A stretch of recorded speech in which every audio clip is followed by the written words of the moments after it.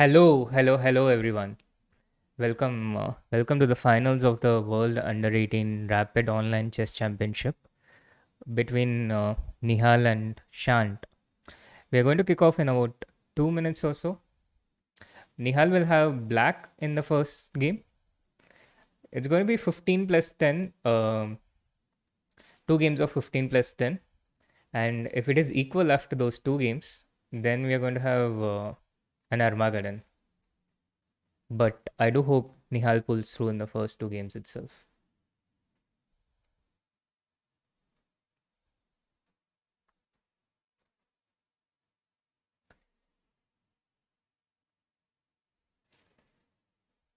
So let me flip the board and wait for them to begin.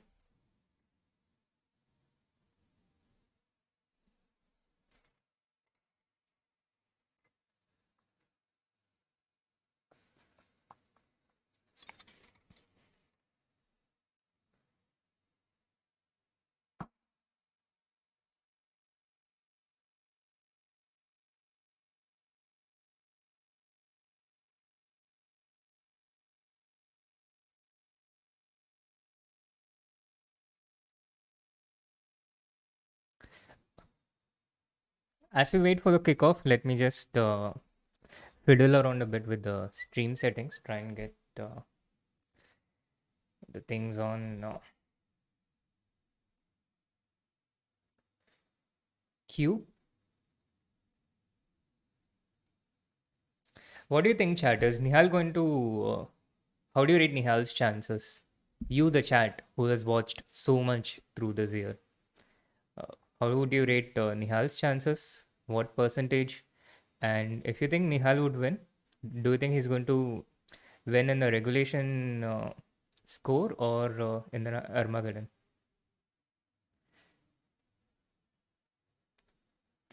Thank you so much, just a random guy, for the super chat. And thank you so much, chat. Now, people, you have to understand we can't just go and get the faces of the players. The cameras of the players belongs to the official broadcast. They have the rights, and we can't just go and take it from them. It's very uh, I I've seen some people doing that, but that's not cool. Um, in a chess.com event, I could ask them for the face cams, but this is a FIDE event. The FIDE broadcast can only show the face cams. Unless FIDE asks me to do it, in that case, I would get access to it.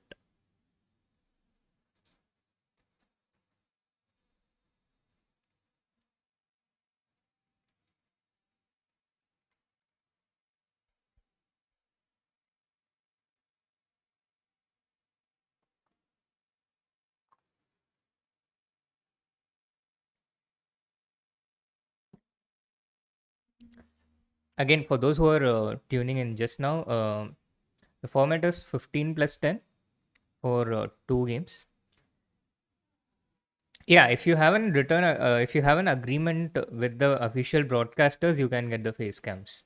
Like if you have an agreement in advance, and in that case, they are doing it for the whole event, yeah. But whereas I'm covering it for a really short time, I'm doing it pretty casually, and I also don't want to be on the Zoom and be a distraction to Nihal for today. Uh, for today, this works better. I'm here on YouTube, away from everything, and Nihal is there on his Zoom. Oh yeah, we'll also pop over and have a look at Gukesh and Rakshita from time to time. My city mates. Uh, Rakshita, I think, lives like less than a kilometer away from me.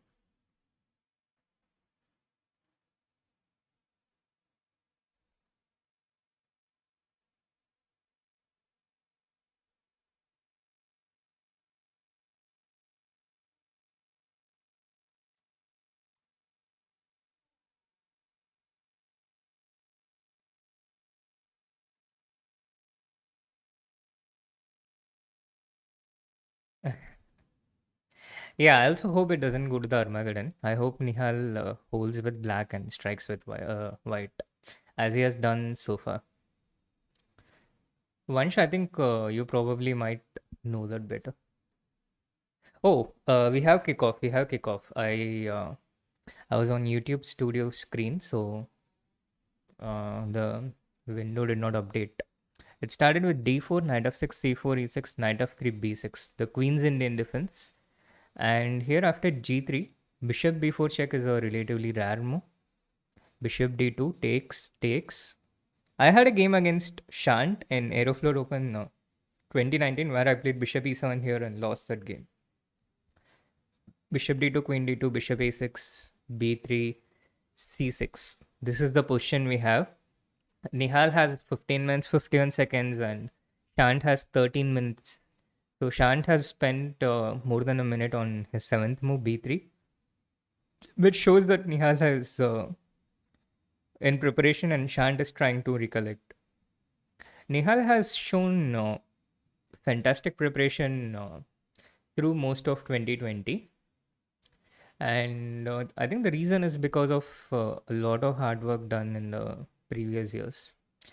We have worked on so many things in the last 2 to 3 years, and in 2020, it all started reflecting on the board. It all merged and amalgamated with the existing information in the mind, which is how it always works in chess when we are taking in new information.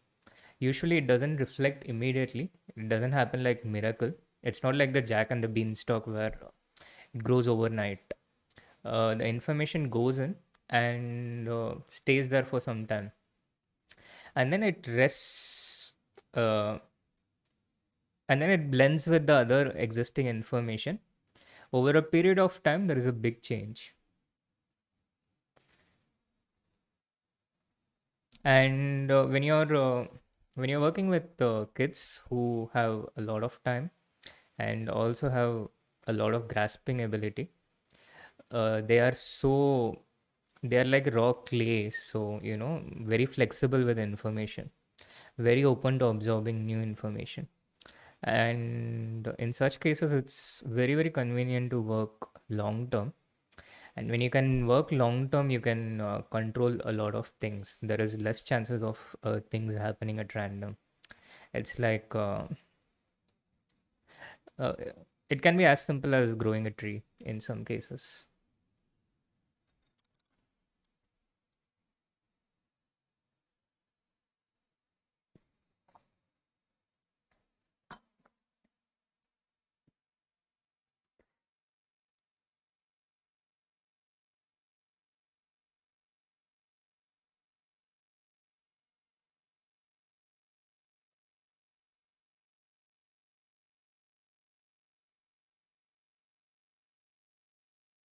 Oh, sorry. So this is the Nihal Shant game. While they're thinking, let's pop over to Gukesh and Rakshita. So I'll keep the three games in open tabs, so it will be easier to navigate.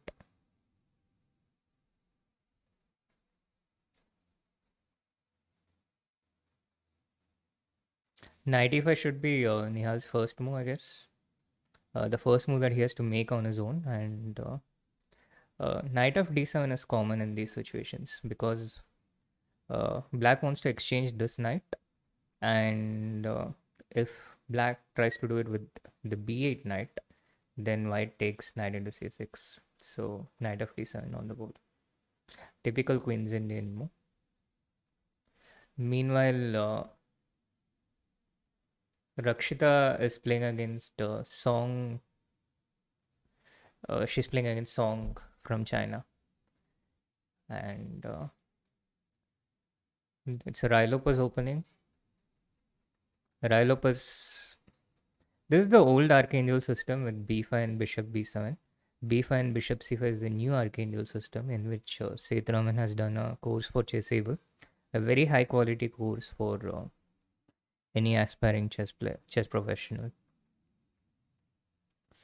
And And we have a normal position after 13 moves. Once when Nihal is playing, please go and do all the quick works that you have. Nothing's going to change much in the initial stages. It's a pro tip.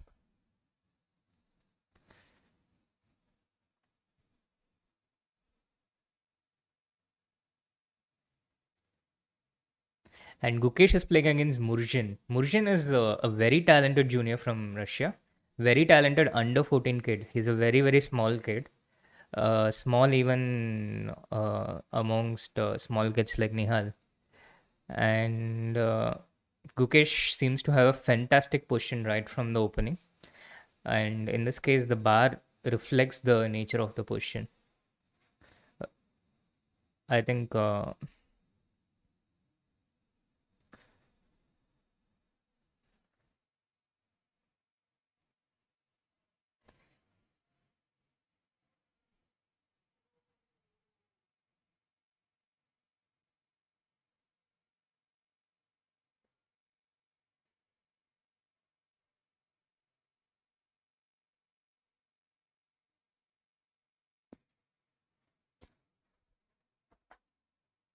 I'll just be back in a moment.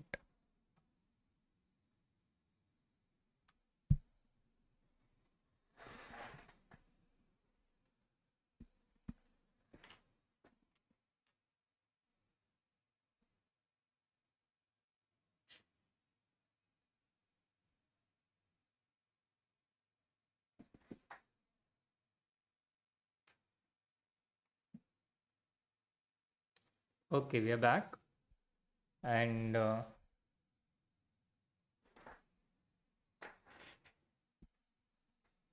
don't think Nihal is going to take the c4 pawn as yet.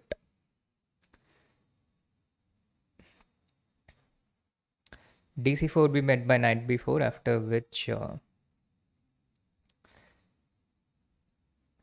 c6 is hanging. So I think knight d7 would be a normal move here. With knight c3, white wants to play e4, the pawn to e4, and it goes into that kind of a structure where white exchanges one of the central e pawn to black's d5 pawn. In the end, white will have this d4 pawn and black will have this e6 pawn. The d4 pawn controls slightly more center, so it's a slightly better position. Knight d7 on the board. It would be nice if we can see the same thing on chess.com. Yeah, easier to draw arrows and boards and everything.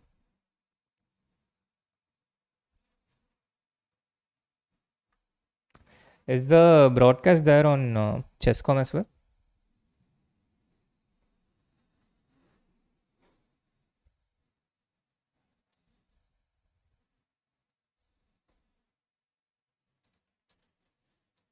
Let me just check.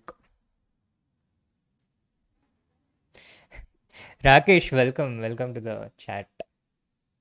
Yes, Vaibhav. Shant was part of the Armenia Eagles.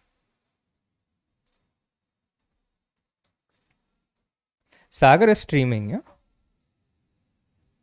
I thought Sagar was on a self-imposed exile on from streaming. I didn't know he was back. The 7 days is already over, is it?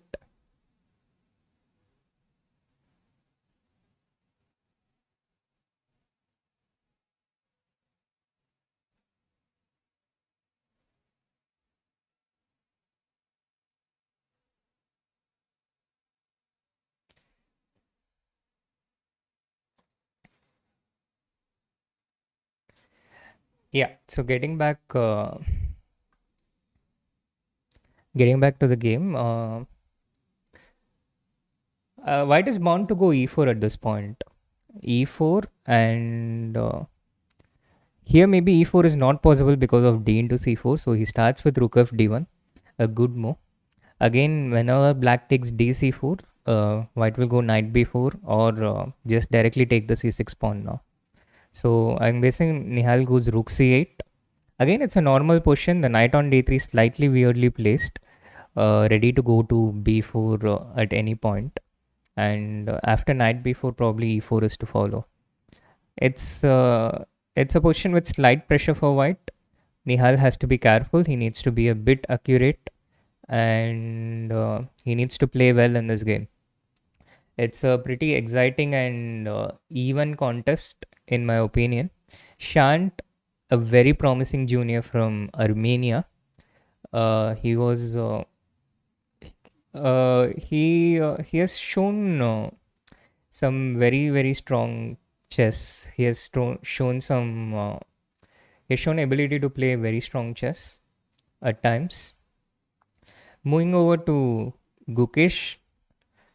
Gukesh still has a good position. Looking at the evaluation bar, it seems like he doesn't have as much advantage as he had. One thing about Murjin is he's very fast. He plays extremely fast, and he's also very capable. This is also going to be a very even contest, in my opinion. So far, Gukesh has beaten Pranav, and he also beat Denis Lajavik from Belarus, who is also one of the best junior players. I've seen all these kids live when I went for the World Under 16 Olympiad in 2018. Lajavik, quite talented. He was playing on the fourth board. He's, I think, around Divya's age. He managed to beat Divya in the tournament. They both played on the fourth board. Murshin also played on the fourth board, and at that time he was a much more little kid.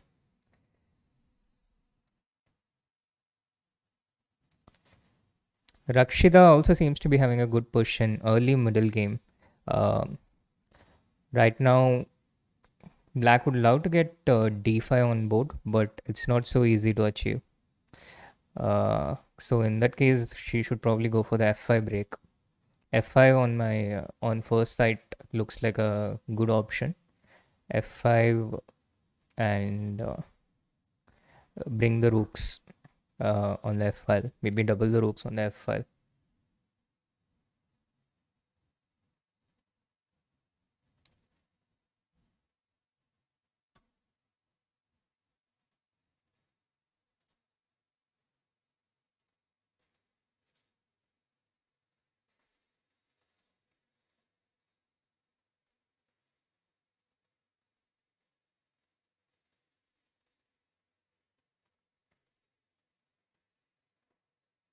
So getting back to the position on the board, Nihal's game. Nihal played rook c8, the last move. I think at some point Shan should try and get the pawn to e4. So maybe start with knight b4 and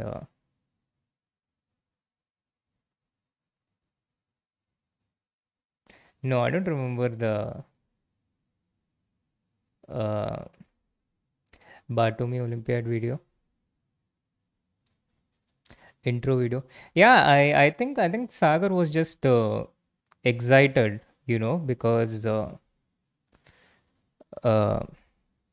he wanted to, I mean, cover this. I mean, three Indians playing at the top, three Indians playing in the final. It's a very exciting event.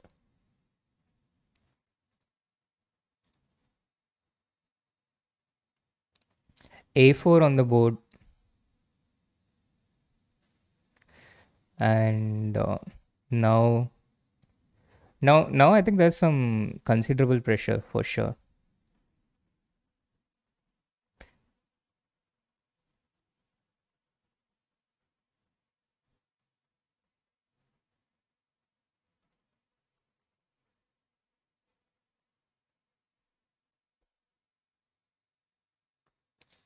There's some considerable pressure, and how does Nihal react?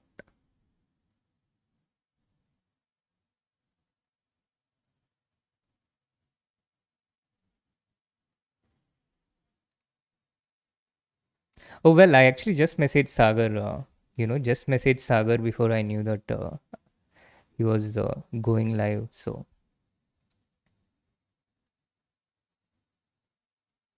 I was on it even before the chat suggested.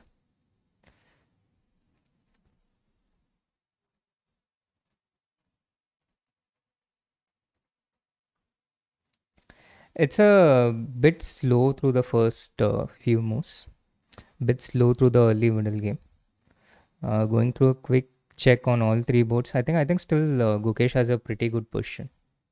But what happens after knight c2 here? Why is the computer showing an advantage for black? Knight c2, I think it gets pretty complex after something like bishop d5. But white has to start with rook b1 and then bishop d5.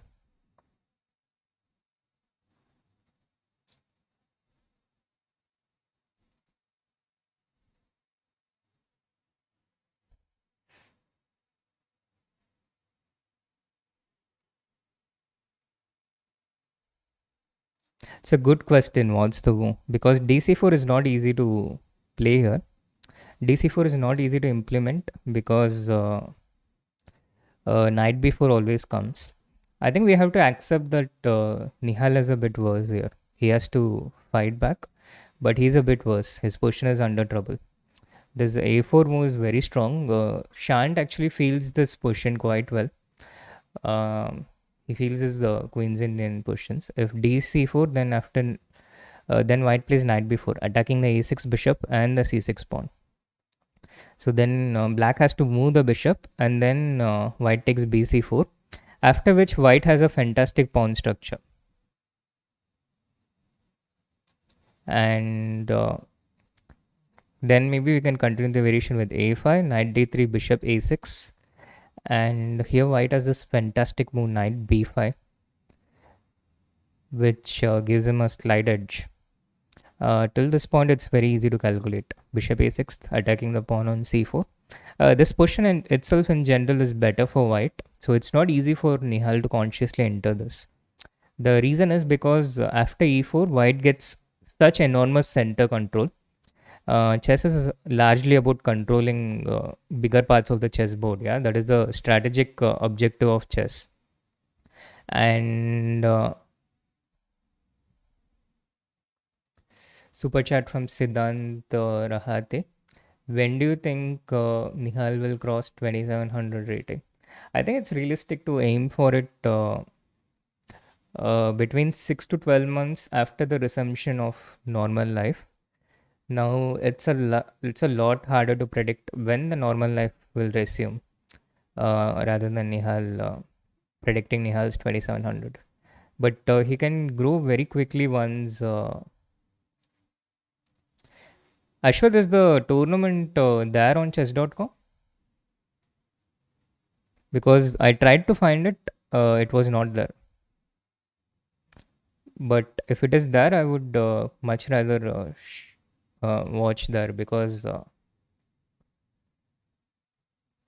it's easier to show it on stream.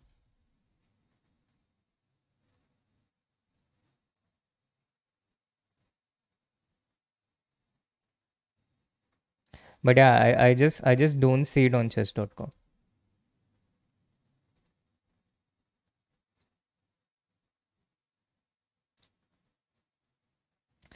Rakesh, can you help? Let me know if it is possible to watch it on chess.com. I'd be happy to. Super chat from KP. Nihal, Hopi, and happy Christmas in advance. Thank you so much, KP, and happy Christmas to you as well.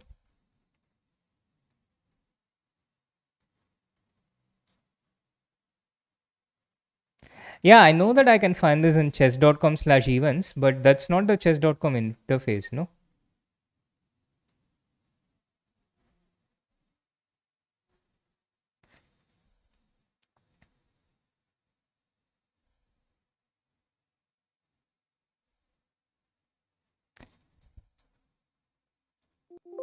Ah, yeah, okay. I see it. I see it.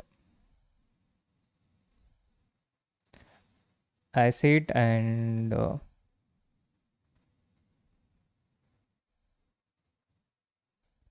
but also I don't think I can make moves there. It's probably the same issue. Anyway, back to the present. Queen e7 on the board from Nihal. Expected move. Yeah, Vishal, I checked that link. I checked that link. But in that link also, I didn't see a way to make the moves.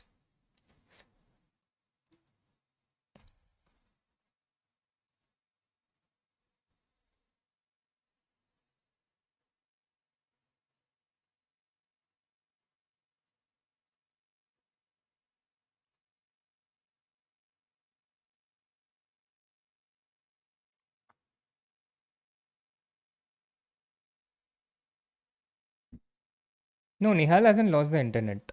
It's all cool. Yeah, the board gets stuck because I go to the other window. Why is he thinking for such a long time? Because his position is bad and he needs to take some time to figure out the right way. In Rakshita's game, she did not go for f5. I think f5 should be the strongest move here, yeah? Or maybe not. Am I misunderstanding? F5, that's queen b3. Okay, that's the point. F5, maybe the problem was queen b3. Something seems wrong with f5. So she went king h8 to prepare f5. Her opponent prevented it by playing queen b3.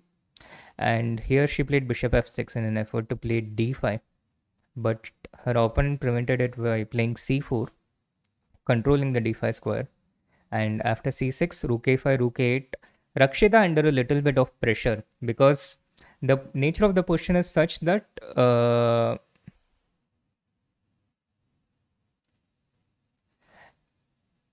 yeah, what's going on? I also don't understand. Is it some sort of a glitch?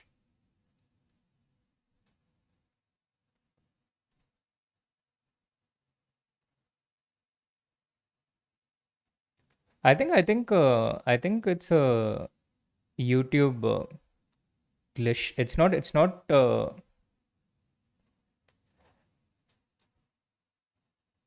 um, series of 500 super chats, but uh, it's just that it's getting pinned.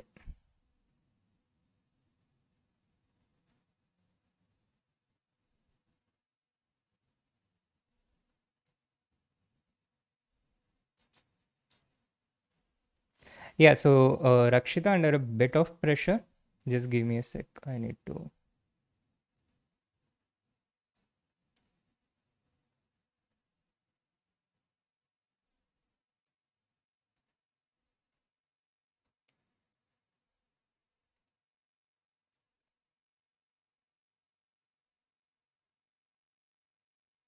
Yeah, it's a glitch. It's a glitch. It's not a number of super chats. It's just being pinned. I think it's because of the Christmas. It's just the Christmas spirit. Gukesh. Gukesh had a fantastic position, but not anymore. I think it's pretty even now. We last saw the position at knight b4, castle, bishop d7, takes, king e7, knight b7, knight c2. So the position is equal now.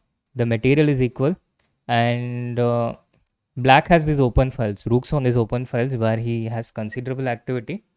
On the other hand, white has these two bishops.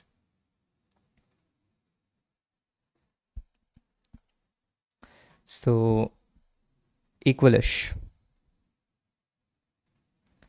Nihal's game, Nihal is in considerable trouble. Queen e7, a5. So white is making progress on this a file. Nihal tries to close it.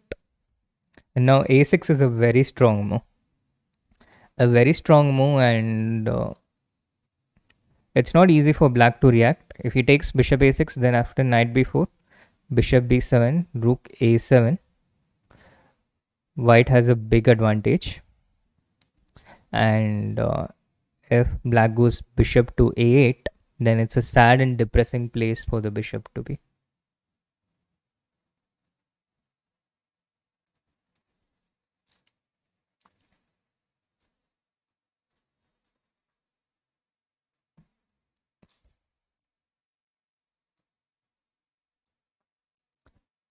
So yeah, Nihal is in trouble, and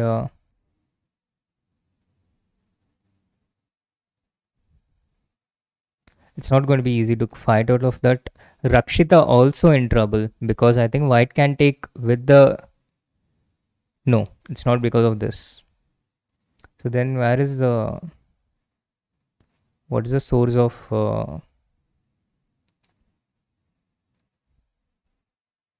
Rakshita's. I mean, White's advantage? Yeah, B into A5, correct. I was right the first time. Shouldn't have trusted the bar. Yeah, the point is after B5, White gets this very, very strong A passer, which is not easy for Black to prevent. And this is the whole point of White putting this rook to A5 with the support of the B pawn.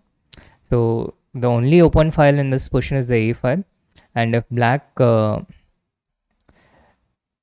tries to challenge the rooks on the A file and tries to capture one of it, then this pawn becomes very strong and unstoppable.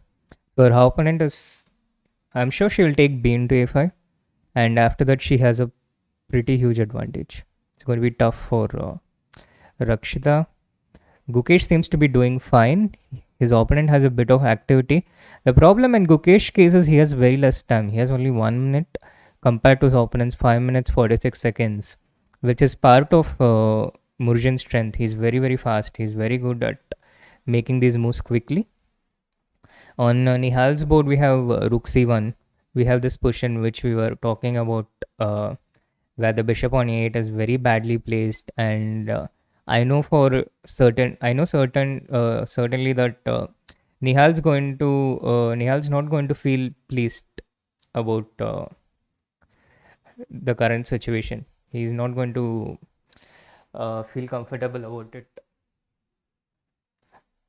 and if he's in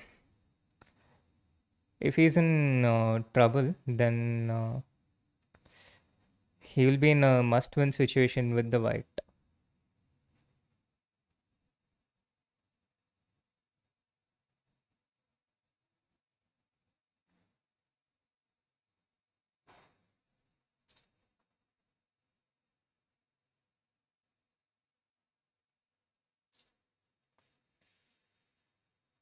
Yeah, I don't like the look of Nihal's position at all. It's not easy to find the moves uh, apart from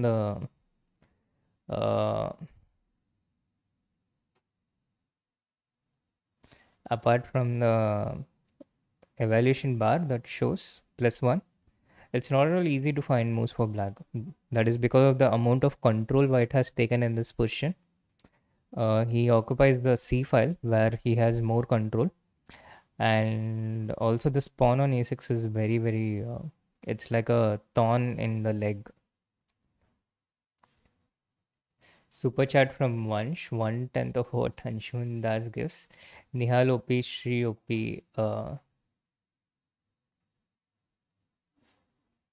and of course Banjan OP. Thank you for streaming. Good luck with your graphy and chess evil. Thank you so much, Vansh. Queen d6, knight b4 on board, and Shant playing confidently now. Nihal clearly struggling. I think this is it's going to be pretty tough for Nihal to get back from here.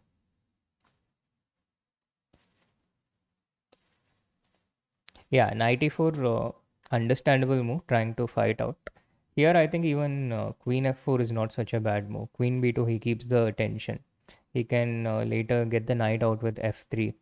Nihal goes h5. He's trying to fight out. He's trying to strike out under pressure.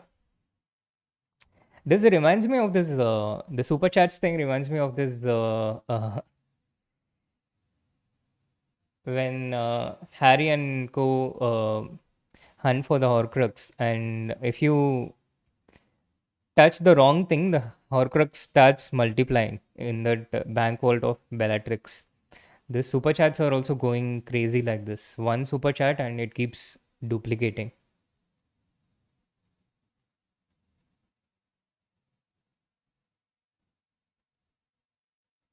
Yeah, it's 100th. True. It's 1%. Okay, Rakshita's opponent did not take b into a5, which is like a strategic blunder. It's shocking to me because b into a5 was so obvious, it was staring her at the face. Uh, Unbelievable that she did not take this. Queen a5, and the game has moved on. It's a good thing for Rakshita. The position is completely equal now, and Rakshita is doing fine. It's I think she's safe now.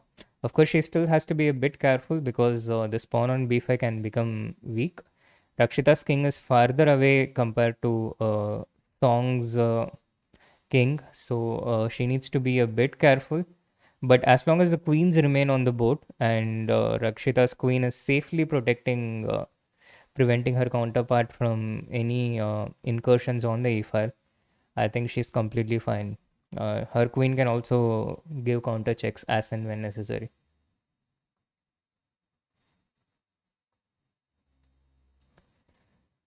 Gukesh under trouble. He's under big trouble.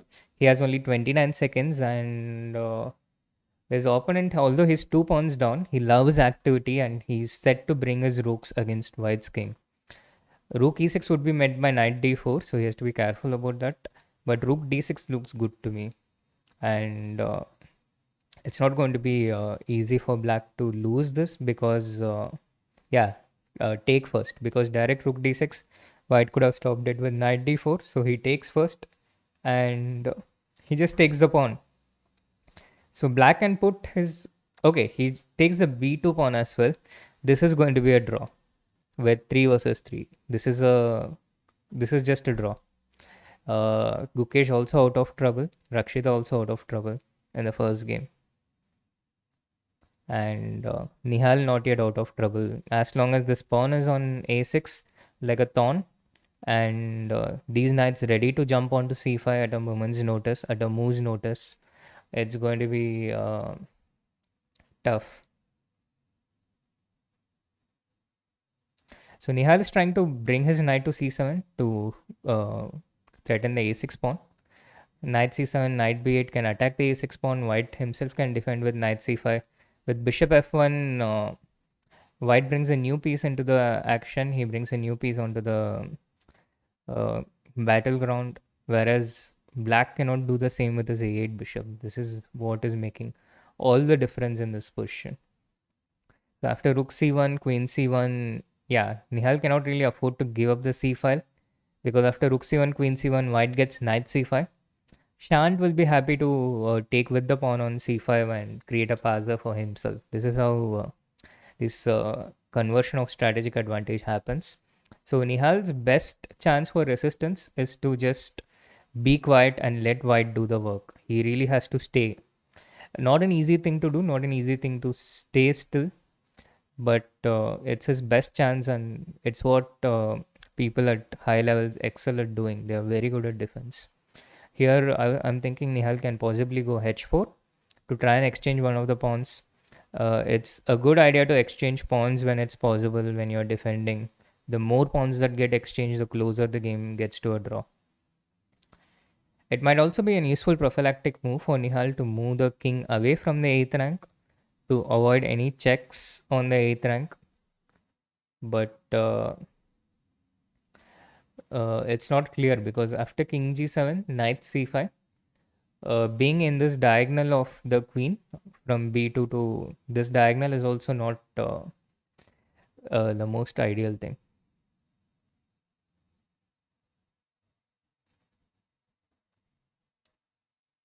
Meanwhile, popping over to see if it's a draw already. This is on its way to a draw between Song and Rakshita. And Gukesh and Murzin also, even if Gukesh loses this pawn, the 2 versus 3 is a draw. And I think Gukesh is more than capable of holding this. Finally, some action in Nihal's game, rook c7, knight c7. The computer evaluation completely not helpful here. It's going hither thither.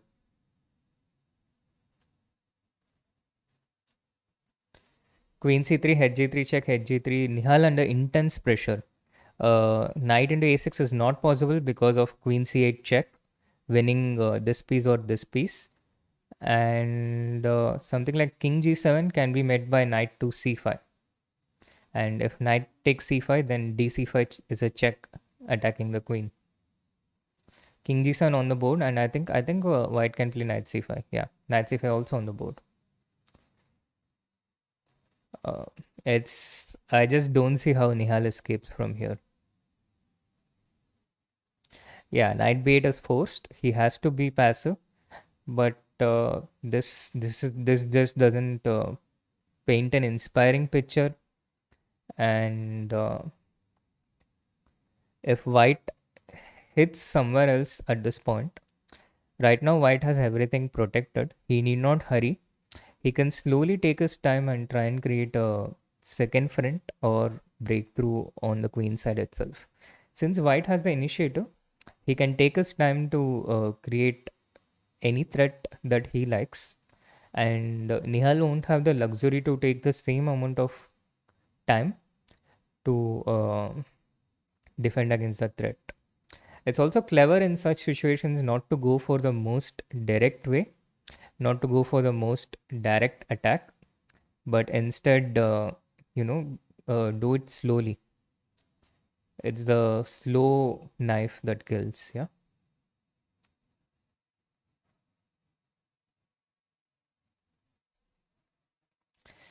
The format is this is a two-game match, two-game rapid match, 15 plus 10, and this is the first game. So the score is 0-0. The first game of the mini match of two games. If the two games end in an equal score, which is 1-1, then the match goes into Armageddon. Queen a1, understandable move. Knight c6 is something the computer does not like. How does the computer defend after queen a1?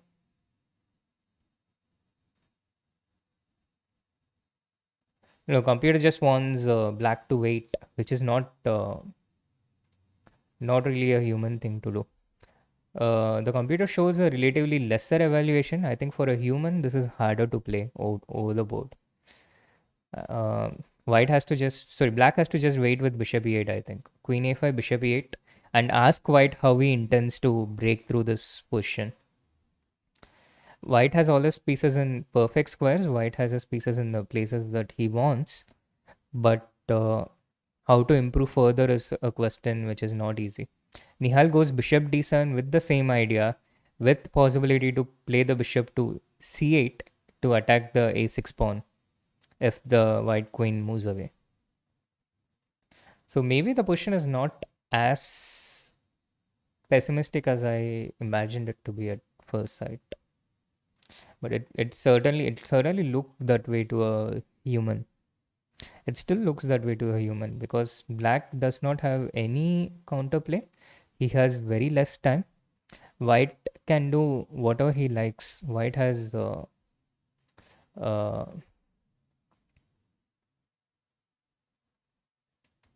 all the freedom to do change the position to his liking. With queen c6, Nihal is intending bishop to c8 to take the a6 pawn, and surely white should have a way to defend against this.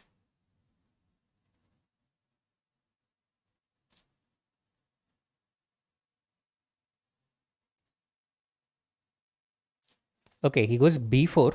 Now bishop c8. Actually, I think Nihal is safe now. He can take this pawn.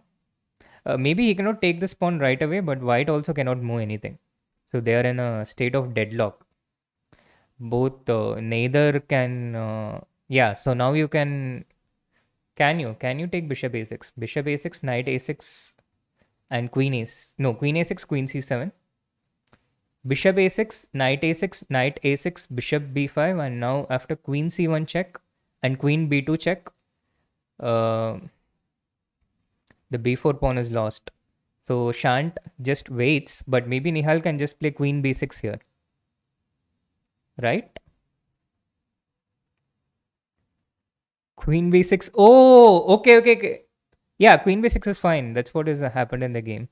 So I was thinking queen b6 takes, bishop b5, knight b4, king c3, and this knight gets trapped, which is which would be a very nice trick. If white had more time, he could have set it up and see if black fell into that. But white also short on time. He plays knight d7, trying to take the b6 pawn. The game is still not completely safe, guys. Its computer shows 0.00 and very few pieces on the board. But still, if any person can win, it's probably only white. Because of the way the pawns are fixed, every pawn on the dark squares, which means the pawns control the dark squares, the bishop controls the light squares on the board. Between the bishop and pawn, there is this division of labor. Only they can control the diagonals and they share the task. So if uh, white has a light square bishop, he should put all his pawns on the dark squares. Then he controls the dark squares and also ensures that his light square bishop has a lot of moving space. Shant doesn't care about the pawn. He wants to keep the activity, but but it's not going to be easy to it's not going to be easy to break through from here for Shant. The score is 0-0. It's likely to be a draw the first game after, and Shant has offered a draw. I'm sure Nihal would accept it because he's very pragmatic, and if he sees the draw offer, he's likely to accept it. Yeah, there we have it. Black doesn't really have any way to fight for a win himself despite the extra pawn.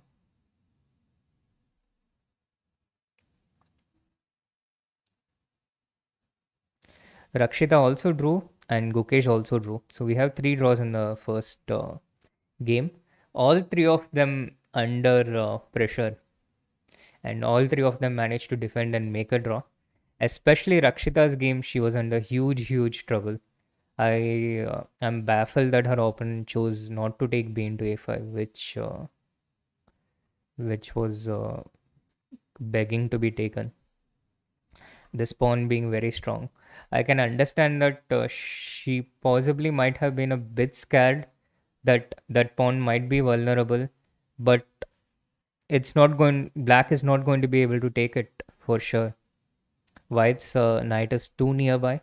White can just bring this knight to b3 from d2, and it's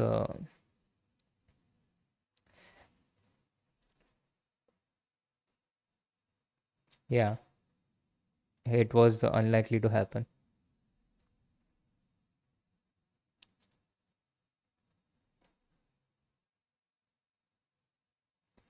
So the next game starts in about 13 minutes. It starts at 9 o'clock, 9:30. Nihal and Rakshita will have white. Gukesh will have black. Fingers crossed that Nihal manages to win his white game, put pressure and win his white game, and not take it to the Armageddon. And the same for Rakshita and Gukesh as well, who are my city mates. And Rakshita probably lives even closer if she hasn't changed.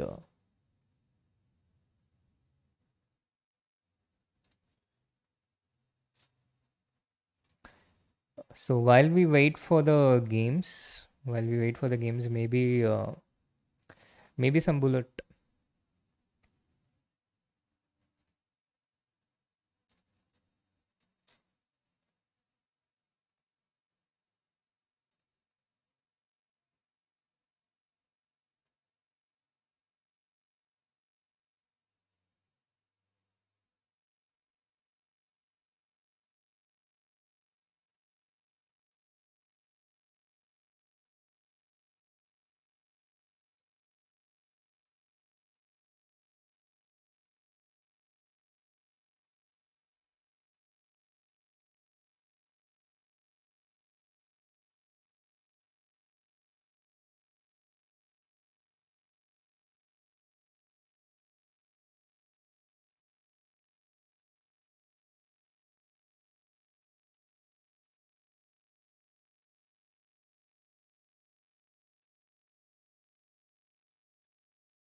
The next game starts at 9:30.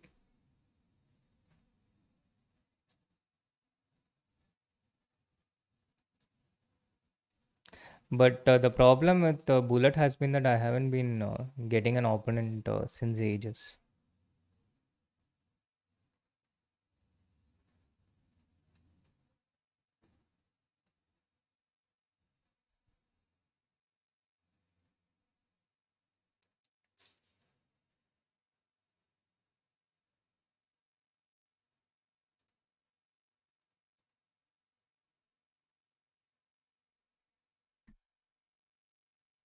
Yeah, this was the problem that time as well when I tried to get to 2900, but just not finding opponents.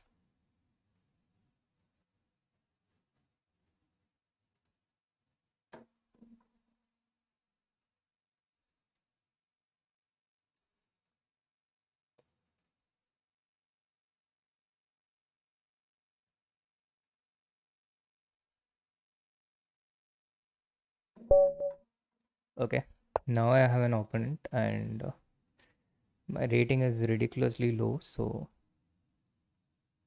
thanks to my previous title arena, so hopefully I can get a few good wins going as well.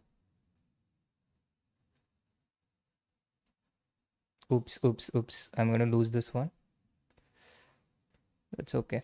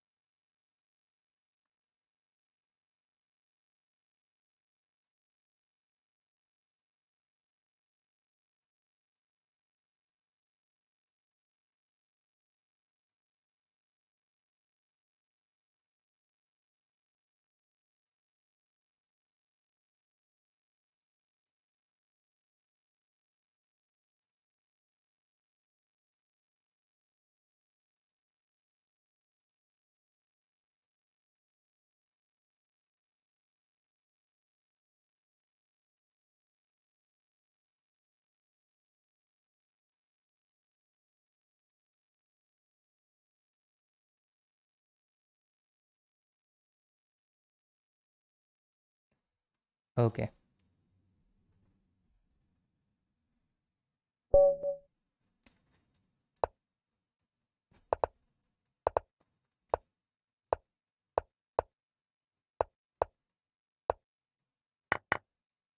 Bad opening. Very bad opening.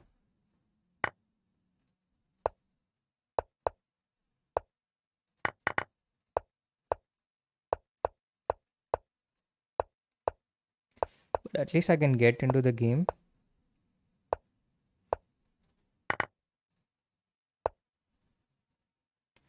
And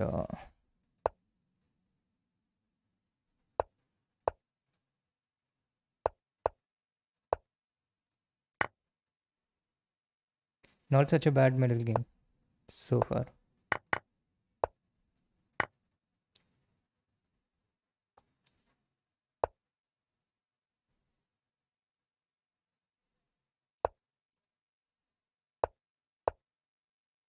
Okay. So this is game.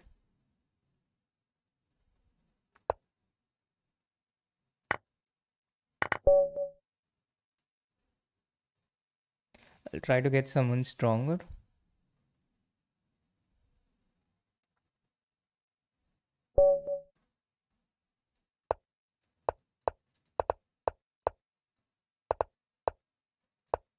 Thanks for not taking that piece.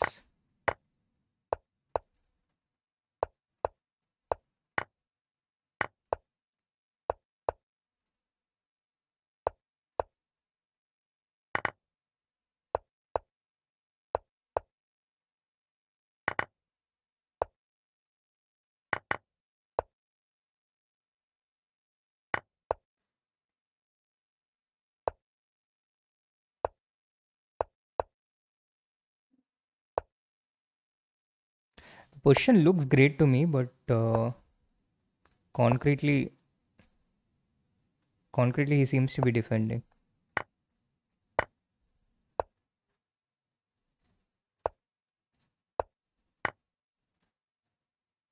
Yeah, queen d6 was better.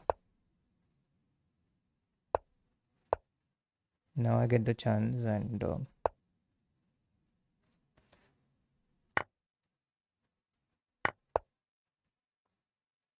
I guess it should be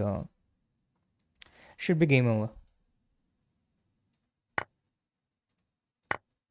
Bishop h7 instead of knight h5. I don't remember at which point.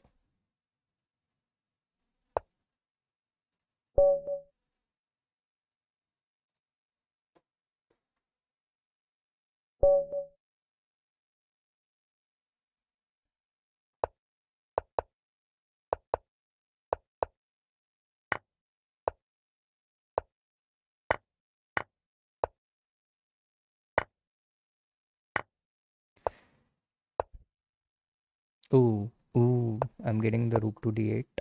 So I run away.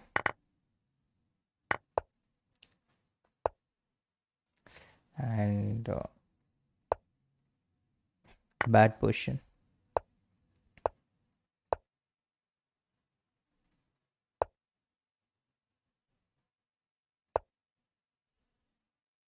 Horrible position.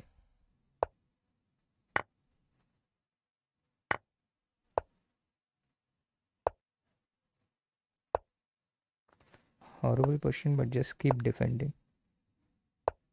Even in the worst situations, if you just keep taking one step forward at a time, things clear up sooner or later.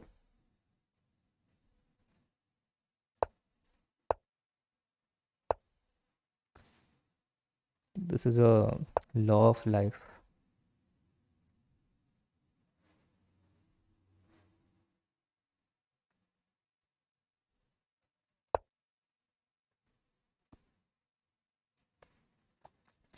And especially in these terrible situations, it's important to keep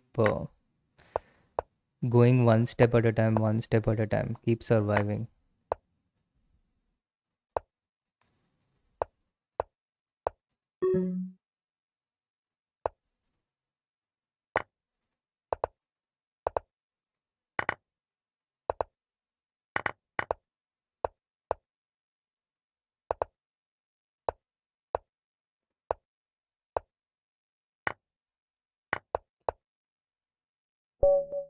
Yeah, that's how it's done.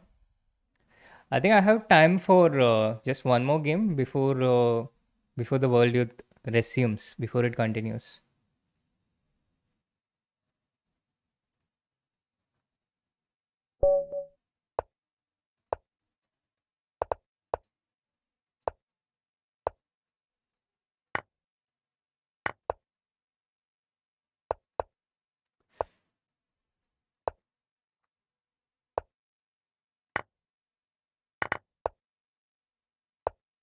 Knight c4 coming in.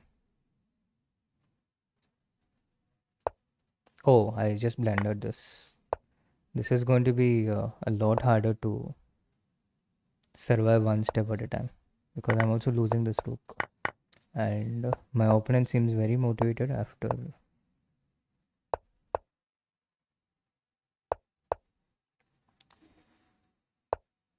It's not quite like the previous example,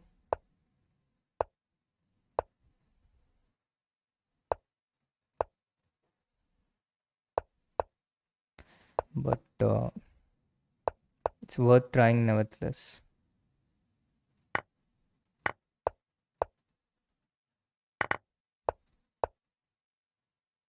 Okay, at least I've reduced the material deficit, but the position has opened up, which is a good thing for him. Makes it much easier to convert.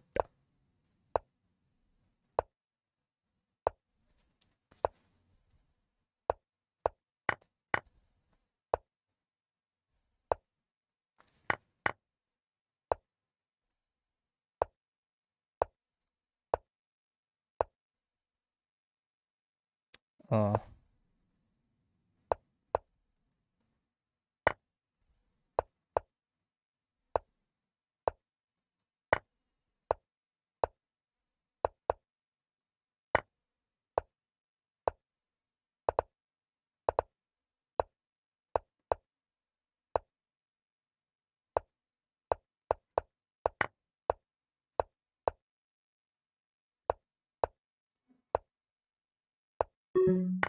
Okay. No miracles going to happen in this game.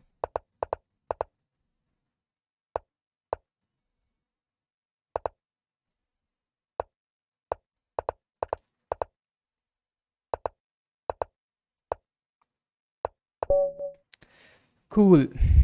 Cool. So back to the world youth.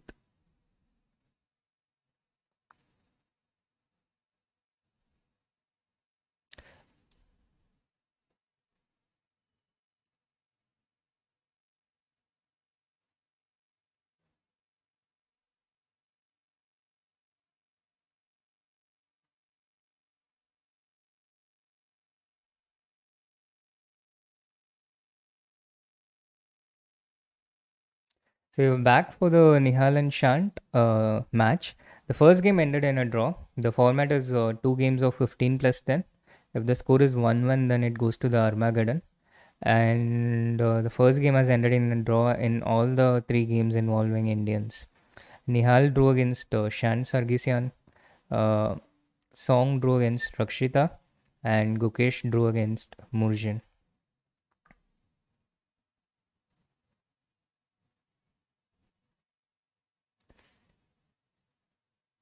So this is the second game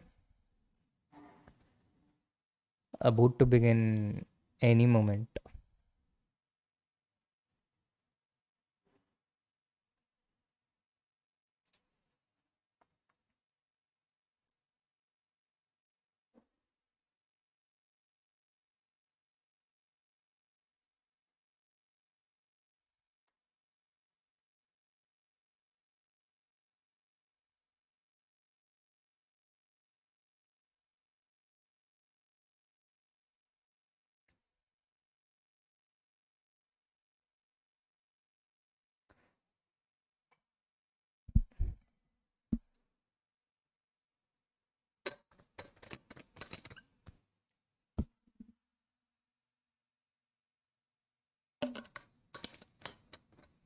The first game ended in a draw, so it's half half. And Chad, what do you think is the chances of Nihal winning in the second game?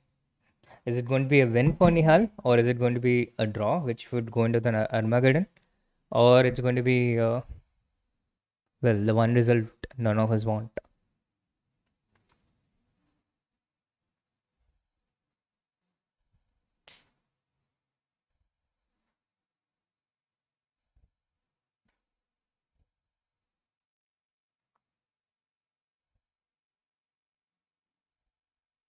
Has the match started?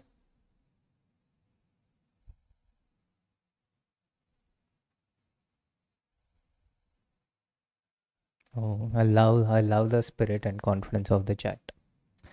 Hopefully it gets reflected. The match hasn't started yet. It's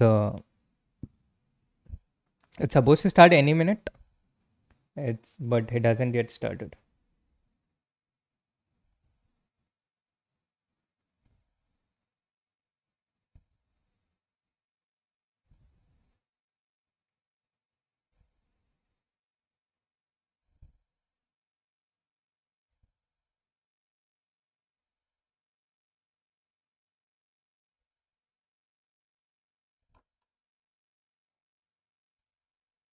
Yeah, if Nihal wins this, he wins the World Under 18. True.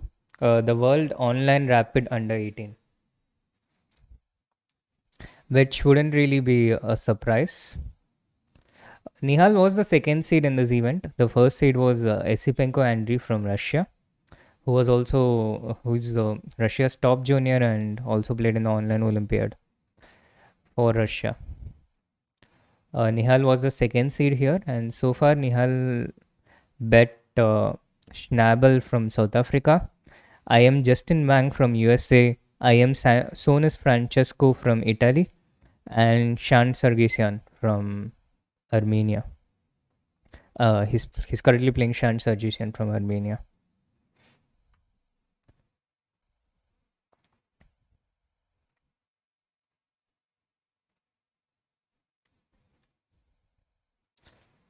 I'm not yet sure why the games haven't yet begun. Possibly due to some Fair play checks. Also, there are games going on for the third and fourth place in many categories.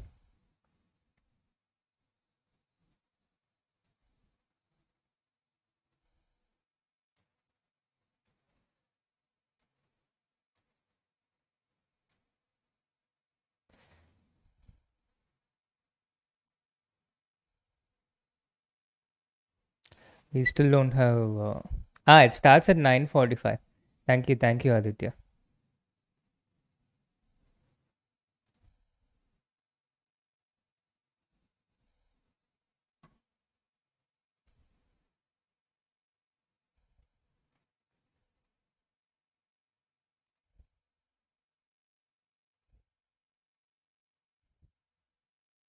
Okay, if it starts at 9:45, it gives me a bit more time to maybe play some more bullet. I think Savita must be playing for the third place today.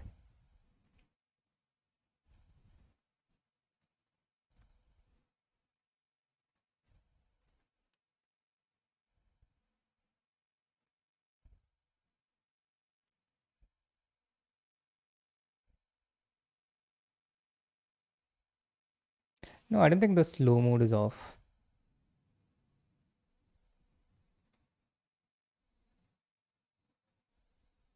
Aditya is a mod, no? Yeah, he's a mod. Gukesh is playing in the under 14 and Rakshita is playing the under 16.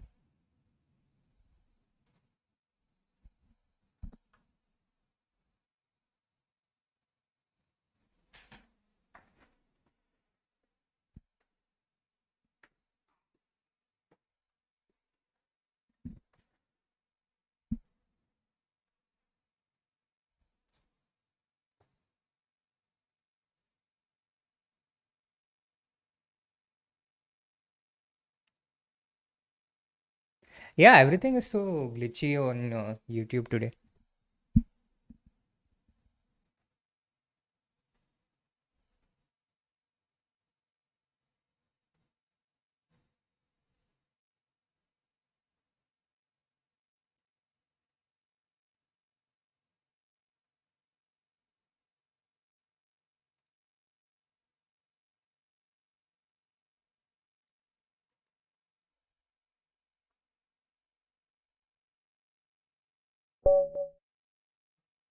Okay, some more bullet until the game start.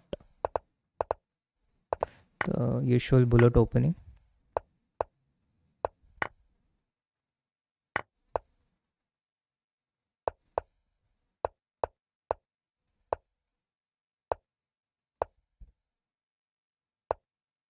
I have no idea what I'm doing,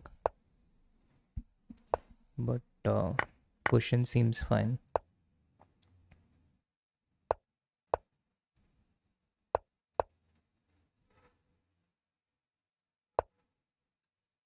The position seems fine, and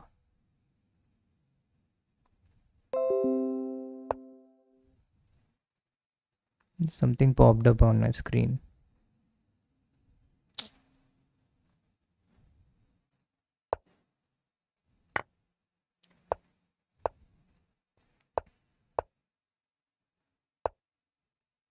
Just bad for black because of this knight being pinned. I just need to watch out that I don't get mated here. I mean, no checks, which I didn't do such a great job watching out for.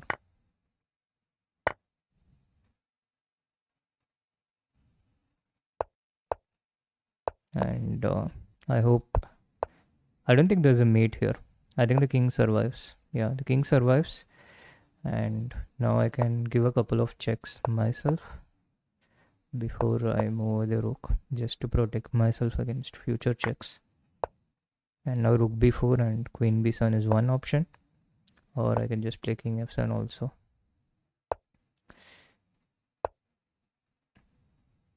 I don't know why I did not take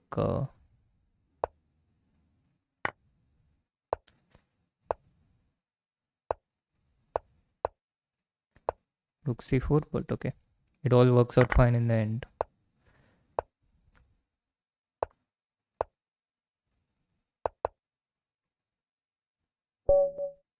Okay, easy.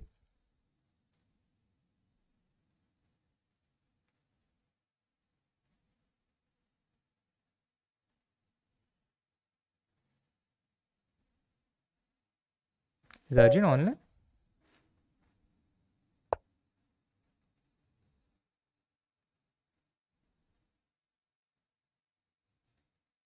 Yeah, against Arjun yesterday night. His ultra bullet rating went down from 2650 to 2600, to below 2550 actually. I did warn him not to play if he didn't want to go to sleep crying, but he disregarded my advice anyway and got some life lessons along the way. Ultra bullet ratings are not permanent, and it is the classical ratings which are permanent. That was a live lesson.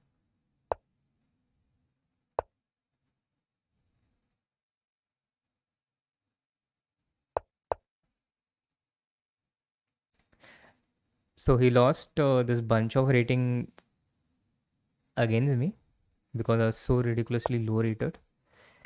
And then he was still playing for one more hour yesterday night to try and get back the rating. It did not work out. And today, when I checked back, it had slid down even further, which is uh, which is a bit sad. But that is the nature of ultra bullet ratings.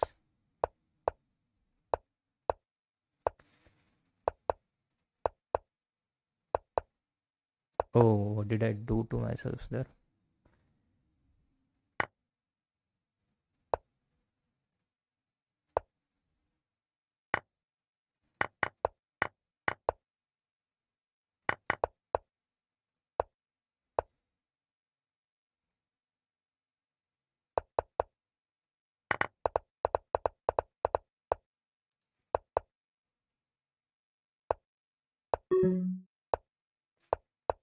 Oh, it's going to be a draw.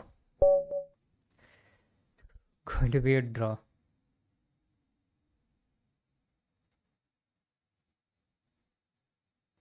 From a completely winning position to a draw.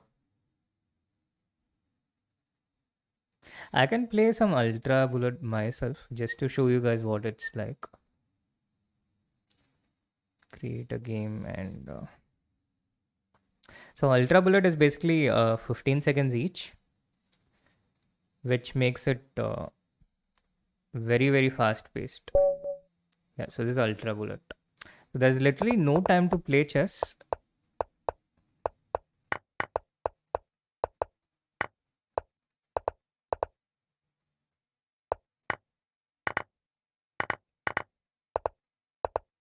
And you have to like constantly anticipate your opponent's next move and be ready with your move. That is the name of this game.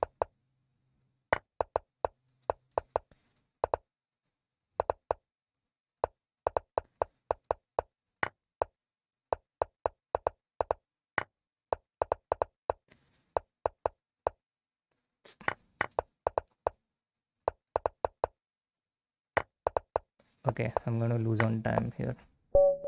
So this is how ultra bullet works. And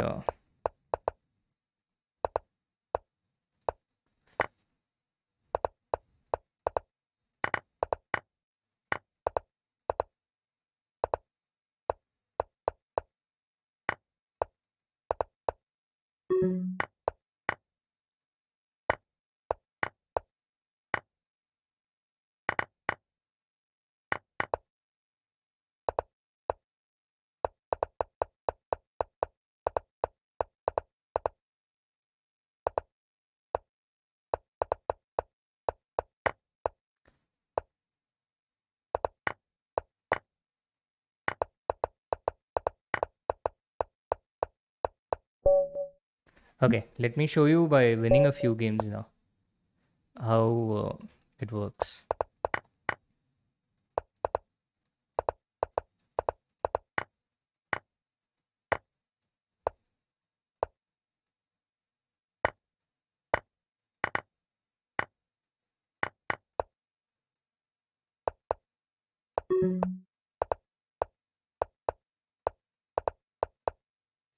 Uh, I need to focus a bit more.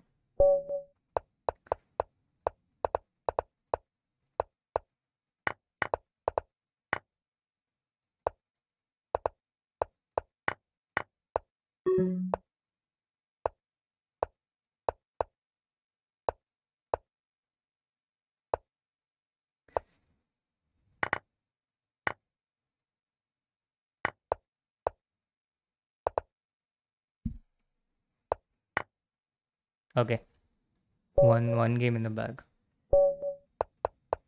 The game started 9:45, right?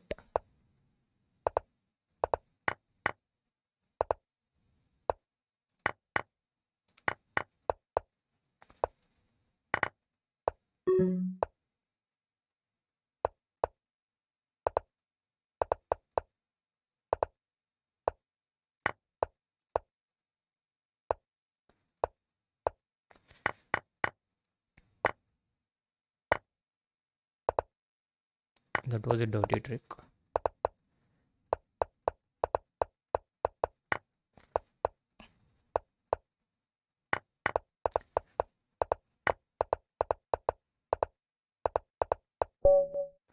Was completely winning. Dirty trick. Uh, yeah, I think the game should have started. Not yet.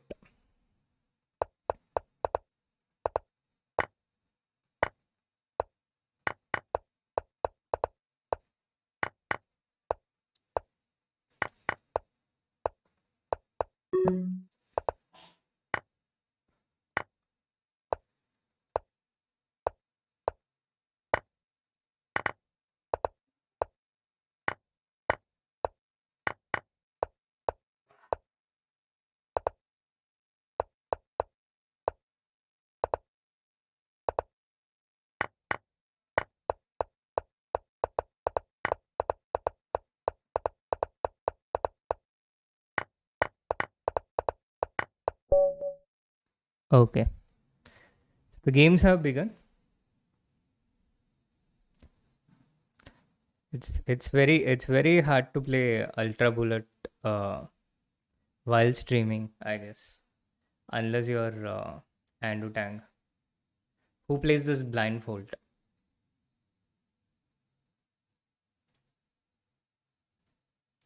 And we're back.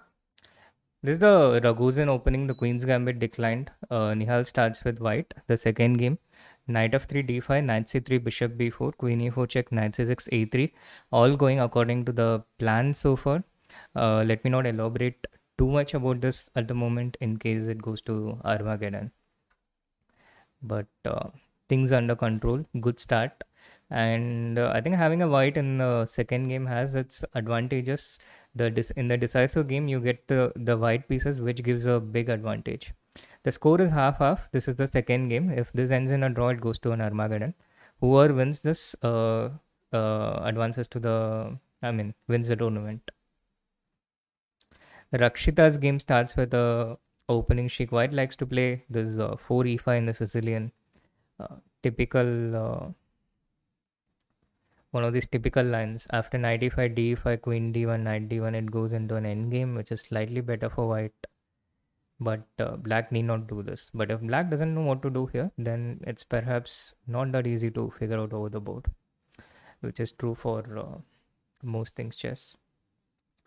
Gukesh has started with the Caro-Kann, and this third move d3, a very new variation in Caro-Kann, which was a suggestion of this chess engine called Leela Chess Zero. Leela Chess Zero is one of these neural network engines which self learns. It's like a consumer version of Alpha Zero. It works completely open source, and White has a good position. I think Murjin has a bit of an edge out of the opening. He's slightly better, and his opponent, Gukesh, is also out of theory, whereas Murjin seems to be in theory. And knight e4, e3, all these moves so far according to theory, and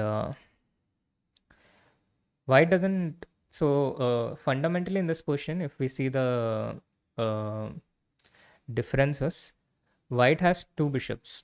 Black has given up one of his bishops. He has given the dark square bishop. So when one of these bishops get exchanged, um, white is the only one who has the dark square bishop now. Black doesn't have this, so white can get an advantage on the dark squares if the bishop finds a good place on the board. But the problem right now is the bishop is hindered by his own pawns. Like the pawns on e3, d4, c3, a3. These pawns block the bishop by themselves. So the way forward for white is also very obvious. He has to take cd5, ed5 and then play c4 himself. That is one way. Or he should try f3, e4. That is the way to activate the bishops in these structures. If white manages to achieve this, then white is better. If white doesn't manage to achieve this, then black has fighting chances. This is the nature of play here.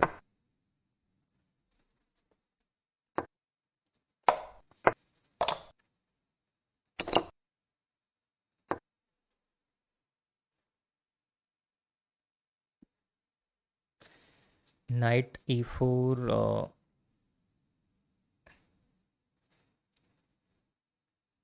E3, a very interesting move was played by Topalo against Anand in a blitz game.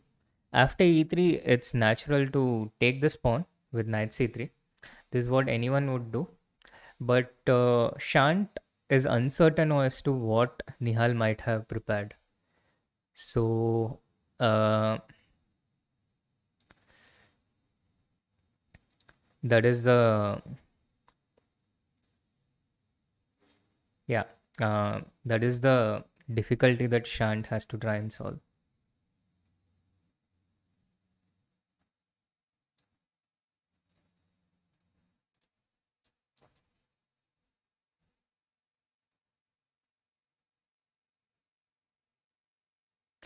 Oh, by the way, guys, it's Raunak's birthday today. Raunak's birthday, and I'm not sure if he's going to play the title Tuesday, but he just sent me the cake of his 15th birthday. It looks wonderful. I think he'll probably put that picture up on his Twitter or Instagram. Do follow him on his social media if you guys still haven't. If you haven't followed him on Twitter or Instagram.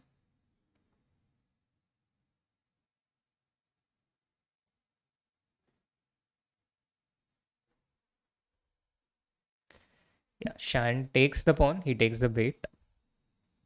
And after queen c2 knight e4 castle, Nihal still in his preparation. He has given up a pawn in return for strategic compensation. Losing this pawn opens up the dark square bishop, which it's pretty clever preparation by Nihal.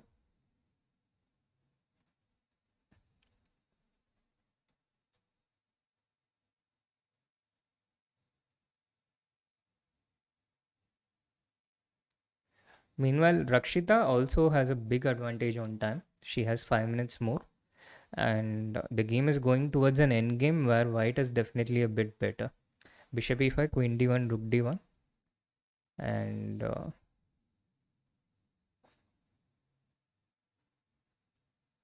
this is, I think, slightly better for white. The main problem for black here again is this bishop is, it's hard to get this bishop out. Bishop d7, bishop c6. It's hard to get this bishop out because after bishop d7, bishop g2, bishop c6, bishop c6, b c6, white's pawn structure is better. Black's pawns are a bit weaker. And black has to do this because if he doesn't do this, the bishop never comes out.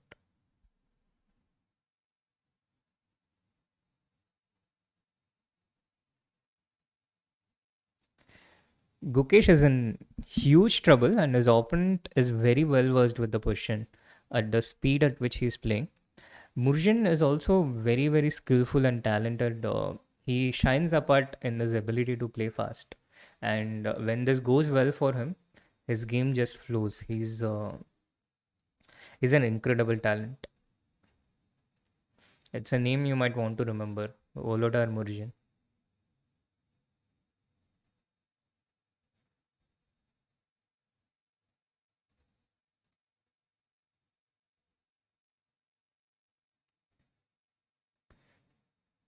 Yeah, so I think Nihal already has a bit of an edge.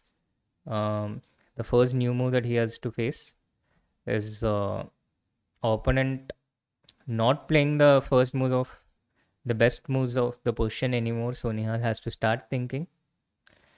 Knight e5 is very strong here. Knight e5 with the idea of f3. It's all about trying to get the pieces out, trying to get the pieces active and playing. Knight e5, f3, then more dark. Uh, uh, I mean, the c1 bishop out, open up the pawns. Black's pieces are comparatively stuck. The scores are half off across all three games, which we are keeping an eye on today.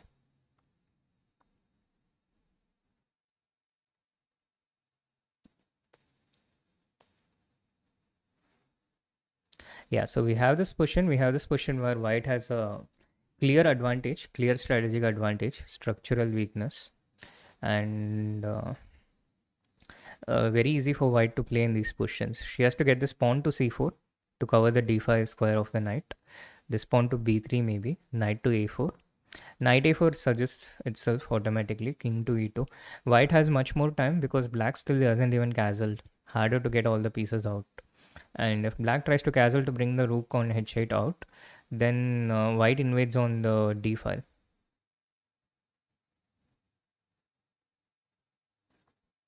If this also ends in a draw, it goes to the Armageddon. Rakshita is playing in the girls under 16. Nihal thinking on his move is first new move out of the opening. When you go get a first new move out of the opening, it's always a good idea to think. And that's what Nihal is doing right now.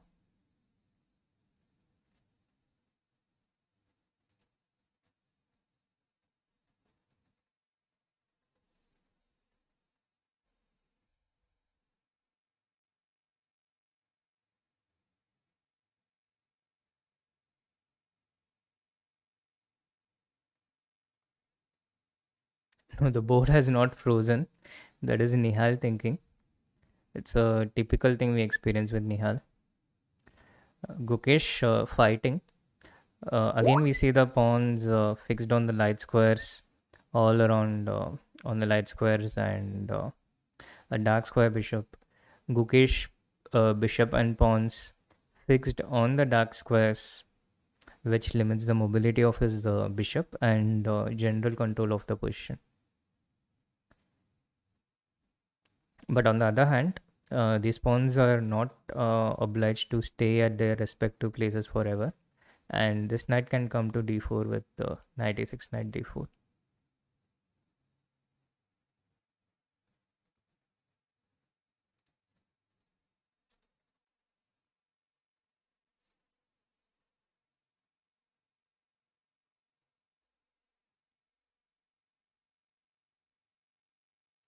Mrimjo is playing bronze in which category?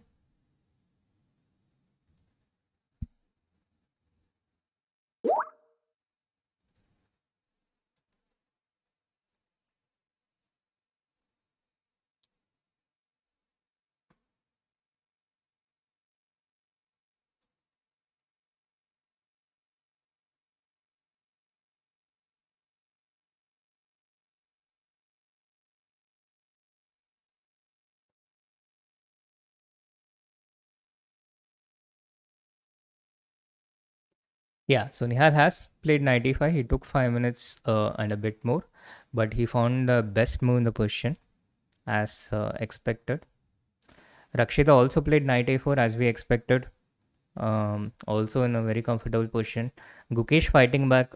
He's threatening to play knight e6, knight d4, and change the nature of the position.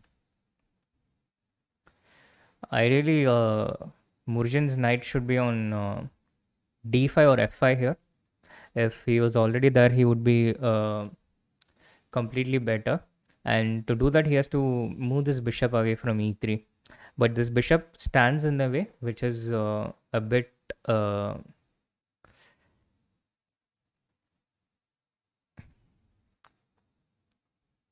unfortunate.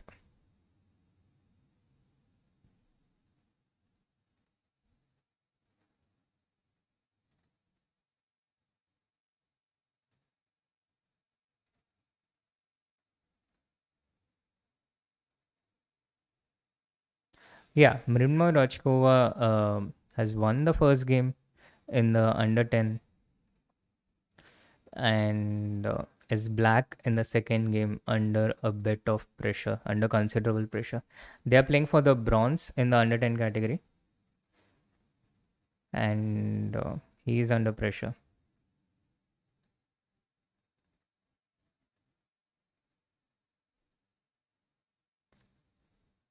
Shant is also under considerable pressure and Rakshita might have won the gold already. She is winning a piece, knight d7, rook d7, king d7, knight b6 check, king moves knight to a8. So knight d7, rook into d7, and I'm pretty sure she's going to take this through to the end. So I think India has one gold medal in the under 16 category. Congratulations, Rakshita.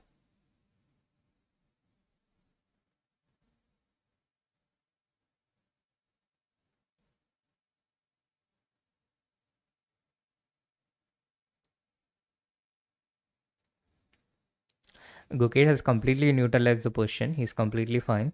He's also caught up on the clock. So things are looking good for India. Things are looking very rosy for India.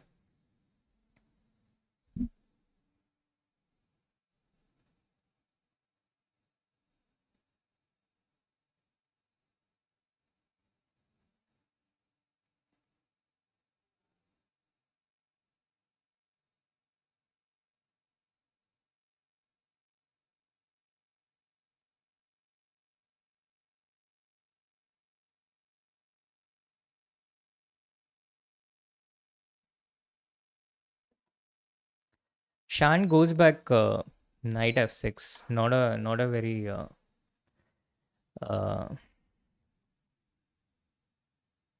desirable move to make going back. And Nihal has to try and open up the position as much as he can. The more open he gets, because he has his pieces more, so cd5 would be a good start in that direction. ed5 and now maybe just bishop b2 and then try to get f3 and e4. This is the general strategy in such situations, to try and open up the position as much as possible. Not easy to find the best moves in chess in general. It's there are no particular ways. Of course, Rakshita's opponent is going to fight on. She's not going to throw in the towel as yet. She will try to keep fighting.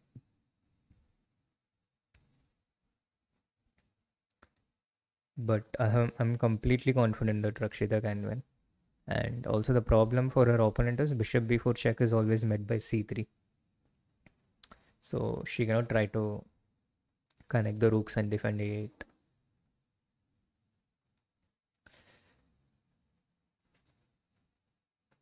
Gukesh's opponent thinking he seems to have lost his advantage somewhere and he's not finding it easy to make moves in this position anymore. The problem being that if he moves this bishop, then the knight comes to f4. If he moves it to the other diagonal, then it comes to d4 with the fork. And because of that, his c4 knight is not able to access squares like d5 or f5.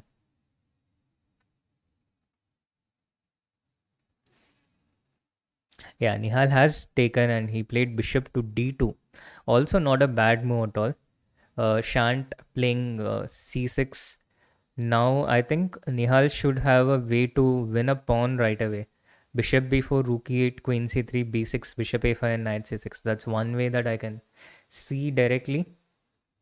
Bishop b4, rook e8. But Nihal has to check if he has something stronger, which he might have in this position. If he just brings these rooks, rook b1, rook c1, just if he brings these rooks, he still has a very fantastic position. So big advantage for Nihal, and his opponent has to be very, very careful in this game.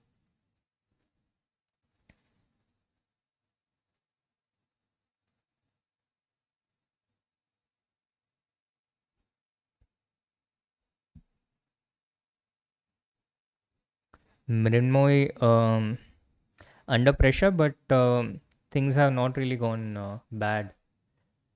Uh, s- Still, things are very, very defendable. The pawn on d6 well blockaded by the queen. No way to get the queen out. No straightforward way to get the queen out.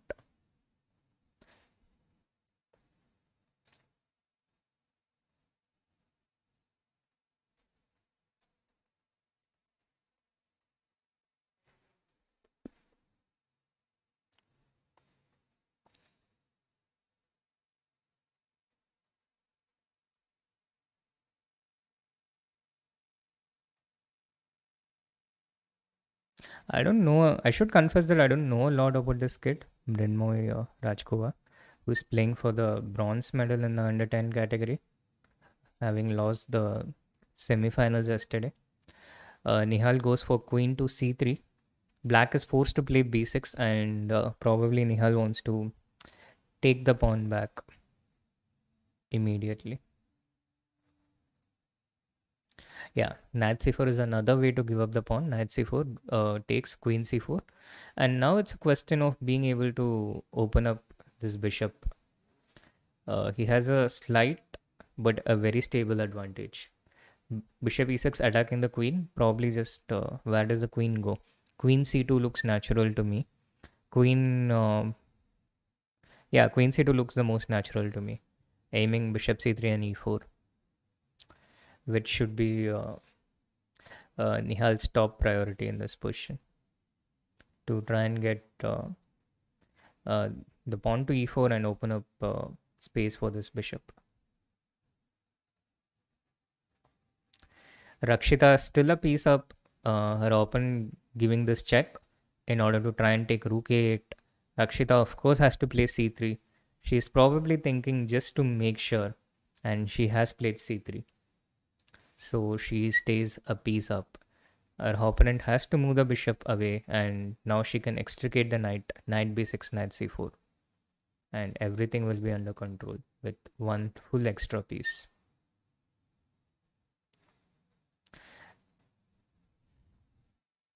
It might be a bold thing to say, but I think even Samay would be able to win from this position.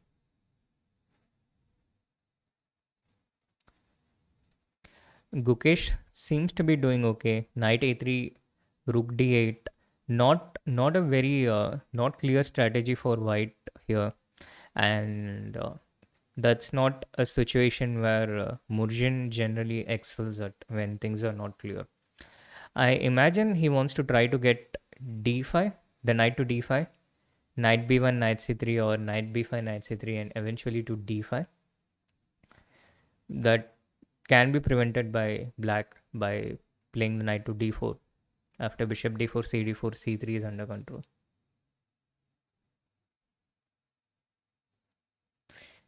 People have such low expectations on Samay. Yeah, so it's a very, very straightforward win for white here. Pawn to a5, king e2, rook d1, rook d8. Bishop. She played the bishop to b6. Okay, interesting. She just wanted to exchange off the bishops. Also works. Although she lost a pawn in the process. And now pawn to a4 to get this pawn to a5. Rakshita can be a bit tense at this point.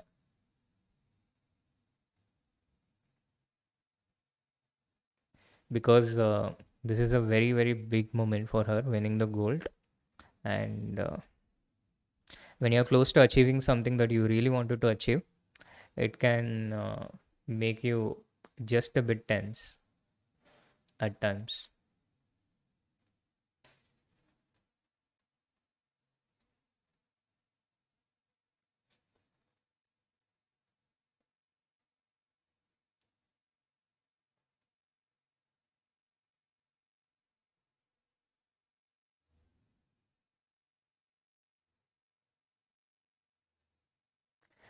Yeah, true. Actually, Samay can play very well if he concentrates, and his chess level has gone up considerably in the last few months.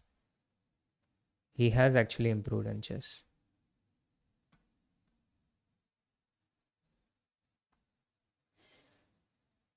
Nihal gradually keeping a better position.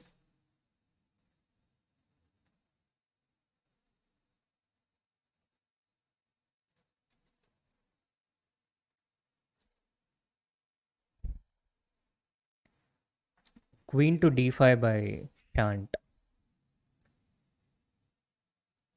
Uh, I think bishop c3 and e4, or is direct e4 is probably a bit too ambitious, but it would be nice if it worked.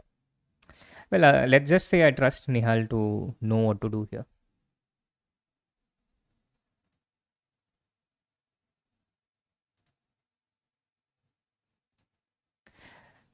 Rakshita exchanging another pair of pawns.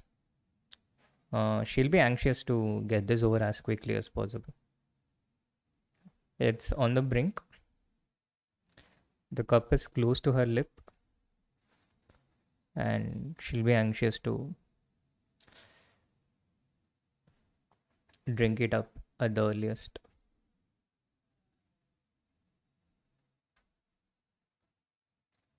Yeah, Murjin got his knight to b5, just like we discussed. Knight a3, and he gets it from this route: knight b5 and knight c3 and knight d5. Rook c8. So he's got his knight to d5, which solves a big problem in his position and gives him a big advantage.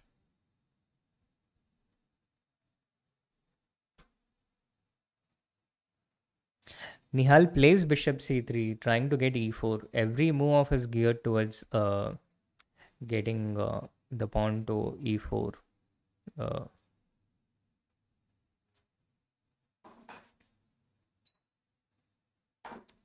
so Nihal is coasting.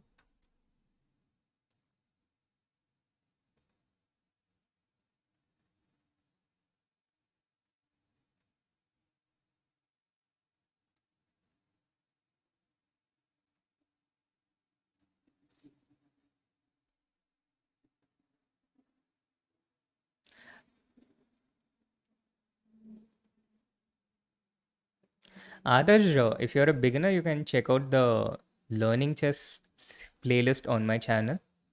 I'm also making a course on Graphy, um, which is going to be out very soon. More, stay tuned for more details on that. You can check the link on my description if you want to get a free trial of Graphy. And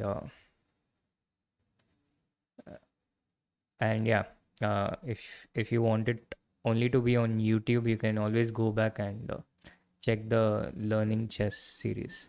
For 1800 plus, you have to wait for my Chessable course, which is coming very soon. You can also join the Pro Chess Academy, where I'll be taking the occasional classes for 1800 to 2200. And I'm also doing courses on for Creative Chess Academy right now, which is also there is also courses for above 1500. So right now I think I'm covering across all rating levels. There are some courses or some classes coming up.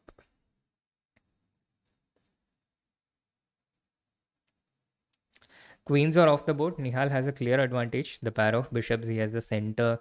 He has all these strategic trumps. He's playing for two results. He's in that kind of position where he feels the most comfortable. He can press for either a win or a draw. Although I'm not entirely sure if queen into b3 was the best choice here.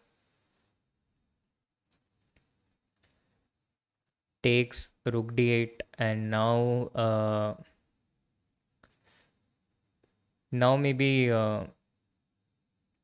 I think he can, yeah, f3 or rook e1. I was going for rook e1. The idea is to meet c5 with d5. c5, there's always d5. f3 strengthens the center further.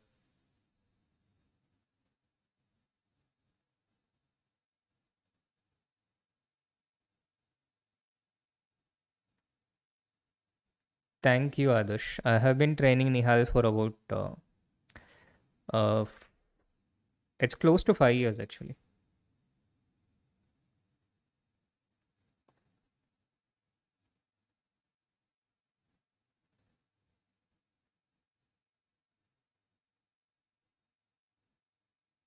Oh, this is such a fantastic position for white. So much control. Knight d7 with the idea to play either knight e5 or knight c5. So Nihal should probably prophylactically move the bishop to a6 maybe. But on a6 it can get trapped by b5. Bishop b1 works fine. Looks fine to me.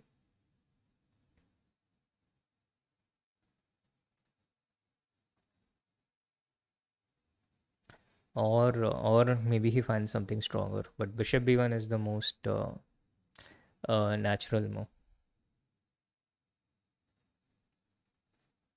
Rakshita has mated her opponent.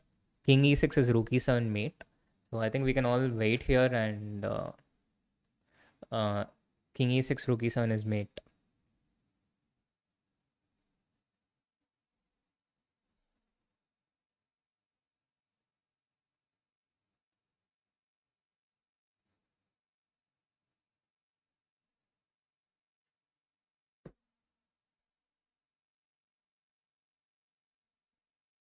So this is the moment. This is the moment of gold in girls under 16.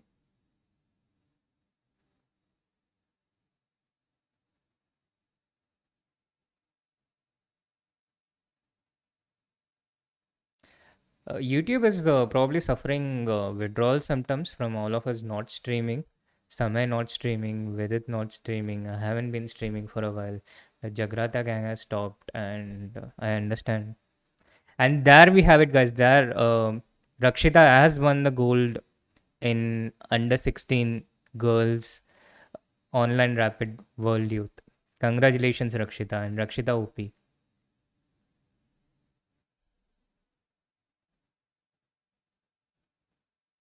We have one gold in the bag, and we have one gold in the hand and two in the bush.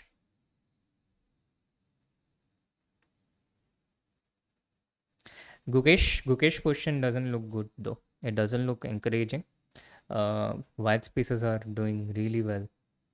Uh, Knight in good place, rooks in good place. Everything is in White's favor at the moment.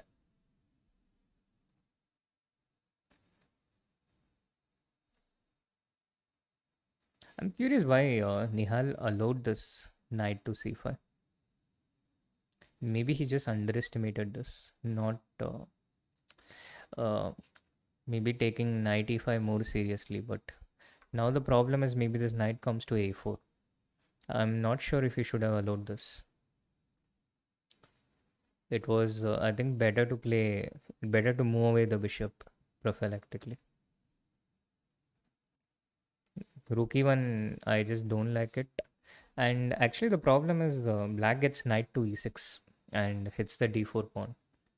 And white doesn't have a good way to save this.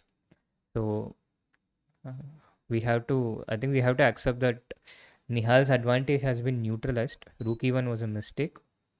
And black is doing quite okay now. So for those who are just joining, the score is half half. This is the second game of the mini match, the second and the final game. It's 15 minutes plus 10 seconds increment, and whoever wins this match goes on wins the tournament. If it's a draw, then it goes to the Armageddon, which will be, I think, very, very close because Shant is also very skillful in playing these speeches matches without increment. And I think the player who is white will have an advantage if it goes to the Armageddon.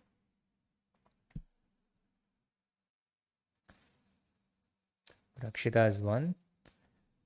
Gukesh under significant pressure. Let's see if Gukesh manages to turn this around. Generally, Gukesh is very skillful, very resourceful, as all these kids in general are. And Mrinmoy is probably moving his way towards bronze. He uh,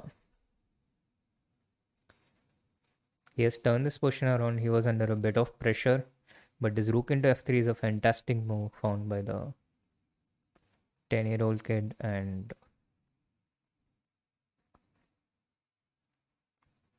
here he is just clearly better. Rook g5 check, rook g2 check. Very nice touch. If king g2, the idea is bishop b7 and bishop a8. It's lovely to see those 10-year-olds playing. The chess feels so fresh and innocent. Nihal is taking a bit too much time. Um, he has finally played bishop c2. I think it also takes a while for the chess 24 to update the moves because it's not direct feed. They're not playing on chess 24. They're playing on a platform called Tornello.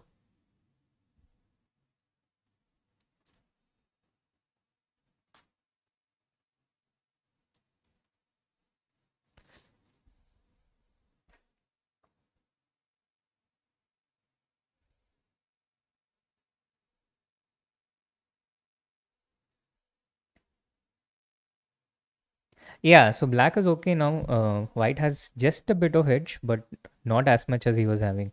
Like he was completely better, and now the position has slipped a bit. So good defense by Shan Sargisian, and uh, and still Nihal is a bit better because he has the bishop. Shant has a knight, but previously it was like close to winning, and now it's only slightly better. So there's a change in that. But still the kind of position that Nihal quite enjoys playing. Still a very comfortable position. But it's not easy to see how he improves further because whenever he makes this d5 break, black is ready to take countermeasures against that. And I think he's trying to prepare rook d1 and then play d5, possibly move the bishop away because cd5 will hit this bishop. So move this bishop away and then play d5. But that's not easy. It's not at all easy to execute.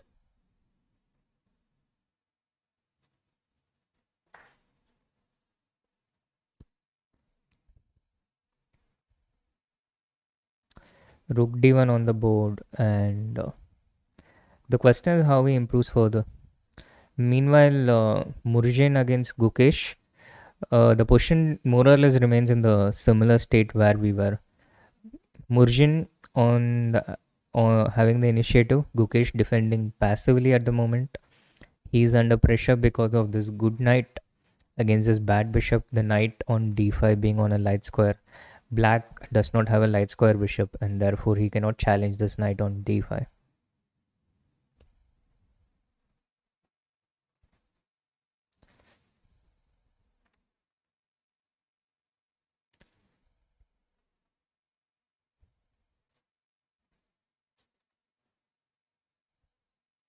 Rook e8 on the board.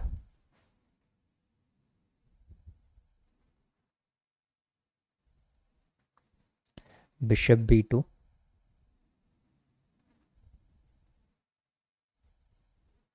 Yeah, but again the question is how to improve this position as white. Not easy. No, Vishnu, the exchange sacrifice on d5 will not really work because then white will easily take all these pawns on the queen side and the a pawn will queen. It wouldn't work in this situation. As black's best strategy is to just sit and wait because white has no obvious way to improve or break through. So black has to just sit and wait. Not an easy thing to do, but that's his best chance of defense, and that's what Gukesh will also do because he also doesn't have time. White has to take a bit of time and figure out the way to break through. Much easier to do in a classical game, but these days with lesser time, it's not easy. Yeah, Rook C1 has to be played at some point. Nihal has finally played it. Rook C1, Rook C2. First take the rooks away from the D file, attack the spawns on the C file. And whenever black replies C5, white is ready to play D5. So Rook C1 and possibly Rook C2 in the next move. D5 would be a bad idea, unprovoked, because you ideally want to push D5 in a time when black cannot take C D5.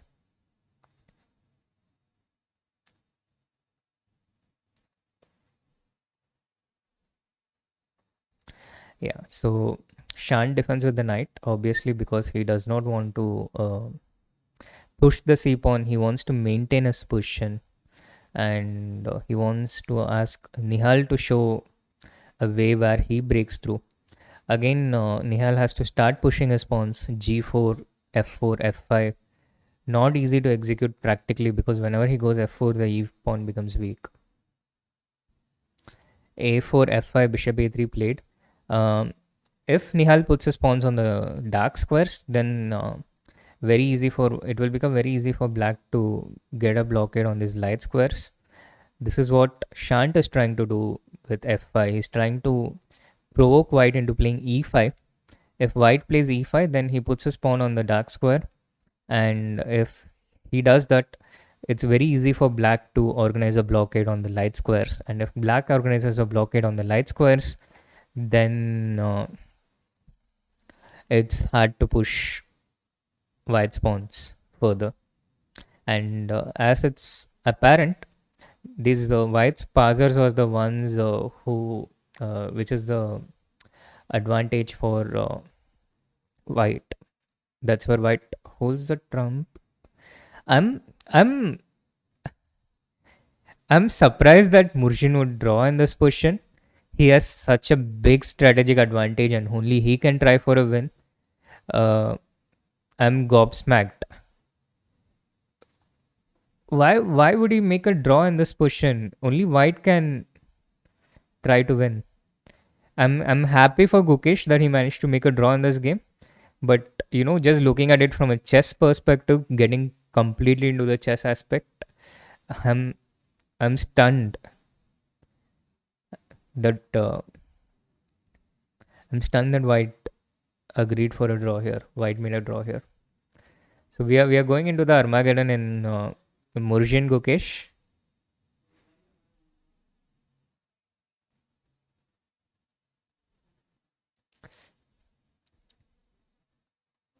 Oh yeah. So black has achieved his aim of provoking this pawn onto e5, but here white has done that in a moment where it's not easy for black to achieve this blockade. But still, I would have preferred to avoid it if I could. Now maybe g3 and f4 or f4 directly.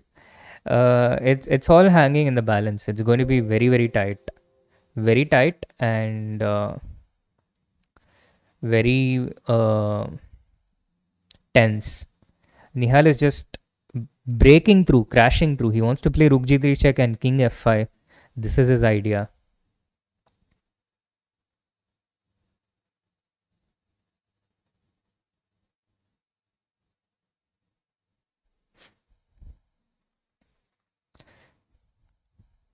The color for Gukesh, probably white, because of the speed at which I think Nihal has crashed through. He's winning because the king is forced to go onto the h file, and there should be some mating net here. Rook d3, bishop c1, or rook d3, just rook h3, rook g3 is coming. So Shant wants to play rook g6, so maybe you start with rook g8. You start with rook g8 and then rook d3. And rook g8 was probably missed by Shant. Rook g8 looks very strong.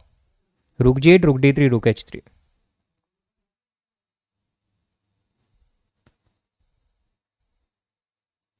D5 is also strong. Nihal's idea is to get this knight out from D8, and once that knight goes out from D8, white is crashing through.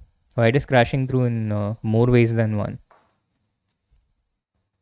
Rook D5, knight to B7, and now Nihal has to work out a way to concretely win. Not easy with less time and without computer. Without the evaluation bar, not at all easy. For example, for me, it's not obvious how white crashes through here. I can see it's +7, but still it's not immediately straightforward. So it's still very tense. Rook g5, he just goes for the easiest option, taking rook into f5. Rook c6, trying to get rook to c4 check. Yeah, rook d4, preventing rook c4 check, again threatening rook f5. And now maybe some knight c5 coming to put the knight on e6. Is black already okay here? Knight c5, after knight c5, white would be forced to take bishop c5, b c5, rook c4. To my human eyes, that position looks completely winning for white. So why is the bar going down? Oh, knight d8. Knight d8. Brilliant move. Knight d8 has changed the complexion of the game. Knight d8, and now Nihal is just losing. Or is he? Yes, he's losing because after e6, rook e4 check. Oh, that's a turnaround we just did not expect. He was completely dominating, and knight d8 was just a brilliant move, which changed the game completely. The idea being to play knight to e6, and if white took, which is what happened in the game, then rook c4 check and take the rook. Now I think this is just lost for Nihal. This pawn is still there, but it's going to be very hard to come back from here.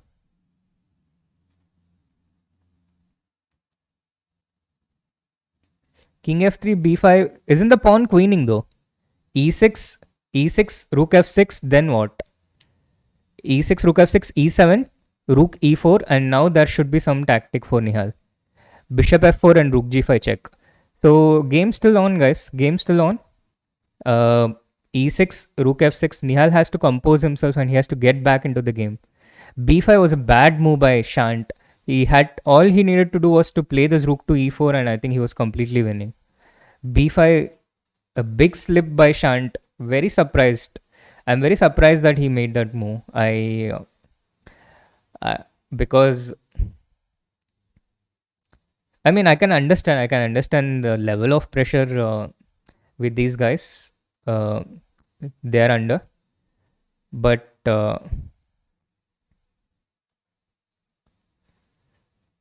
still, I think he. So now rook to e4, and now g4 check is the winning move.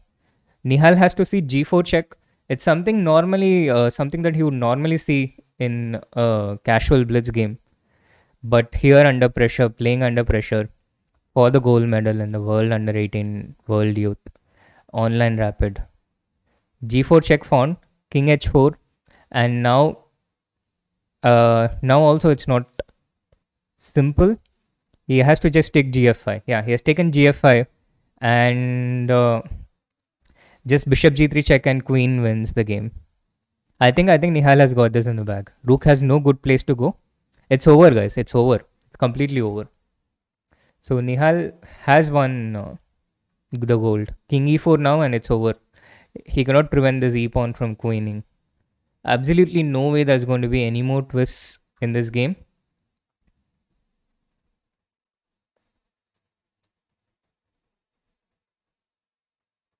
Wow, what a victory!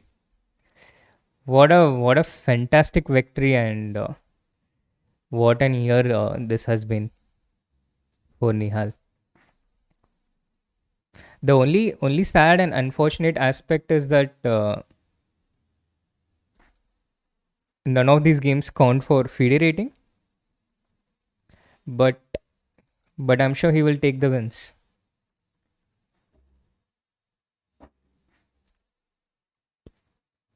And there we have it. Nihal has won.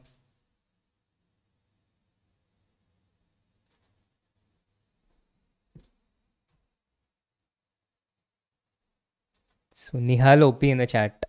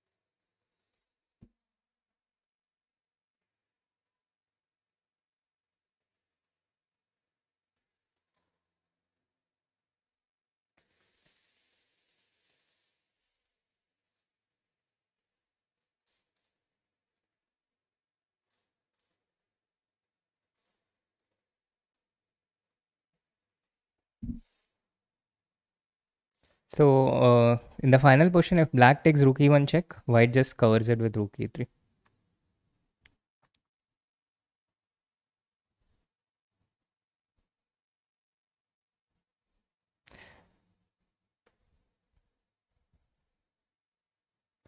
Uh, Mrinmo's game still going on. It's probably going to be a draw.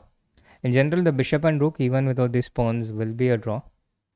But with these pawns, there's no way for white to even try. I think the boy is a bit nervous, but I'm sure he will pull through. There's no way black can go wrong in this endgame. And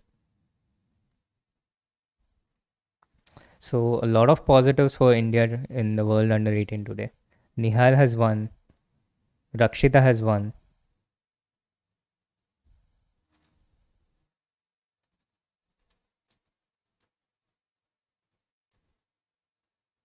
And we are just waiting for Gukesh.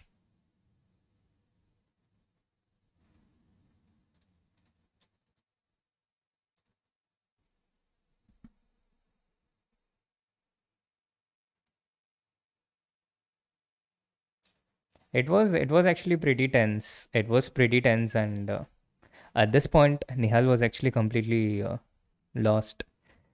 Although it was not easy for black, but all he needed to do was to keep this pawn under lock and key. Thank you so much, everyone.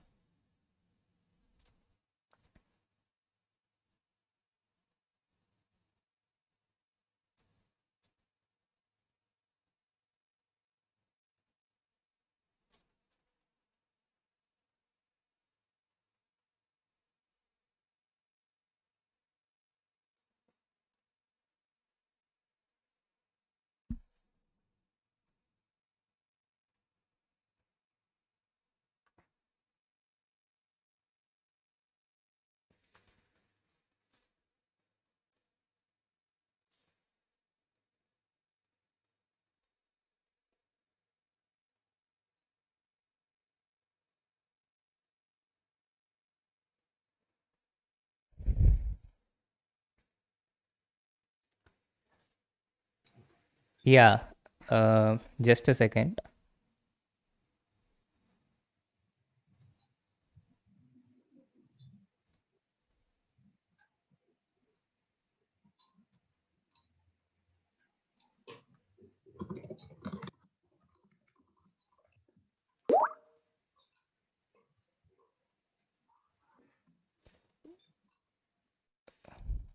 Okay, I think there you got a glimpse.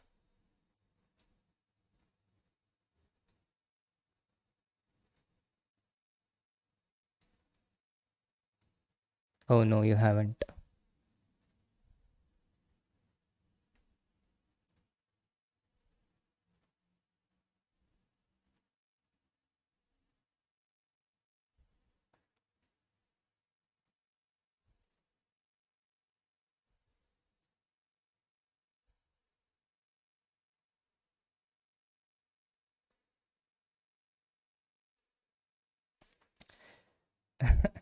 Nihal coming, guys. Nihal coming.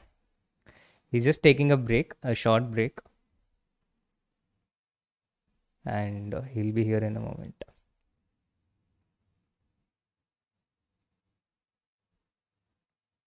You can already line up the questions if you have any.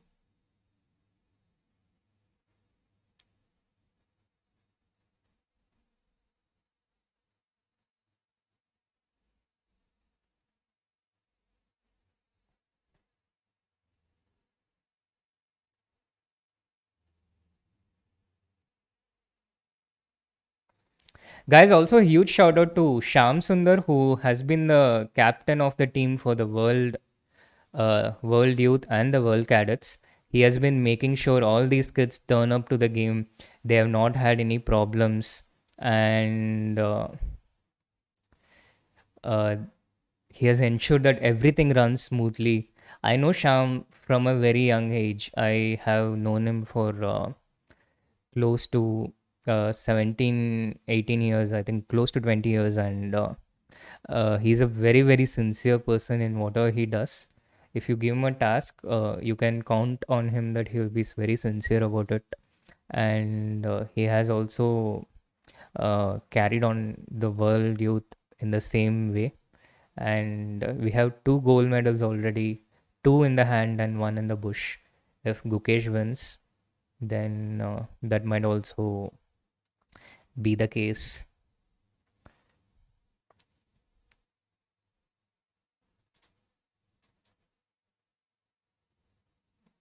Gukesh game has started and Gukesh is white.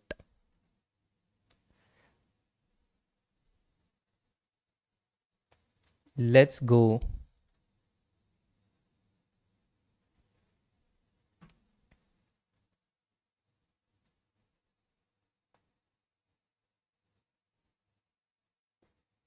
Nihal is coming, guys. Nihal is coming, but right now he's at a place. I mean, right now he's just getting a breather. So with Armageddon, it always starts like this, and then the time gets added or subtracted.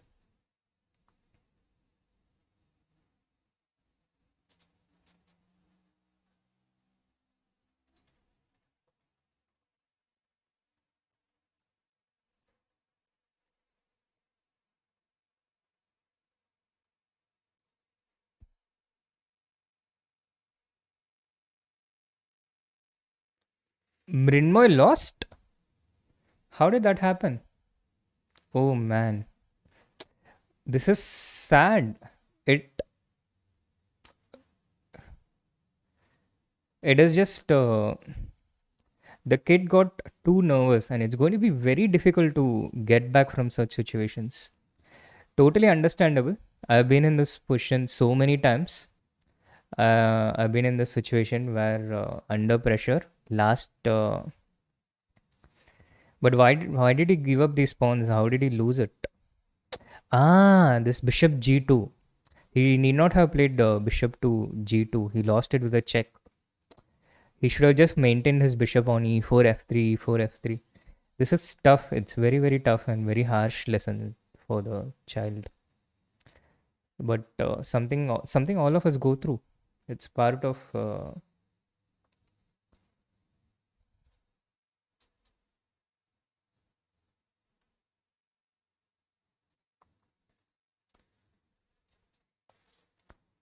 growing up.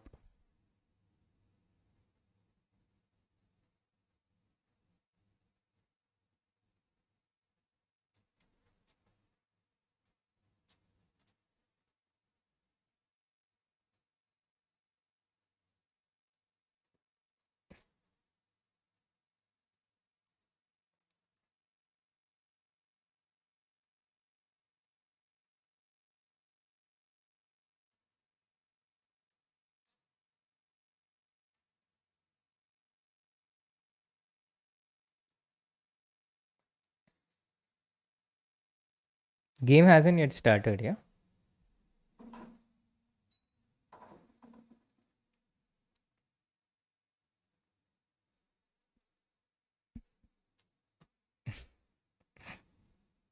Yeah, Nihal has had an amazing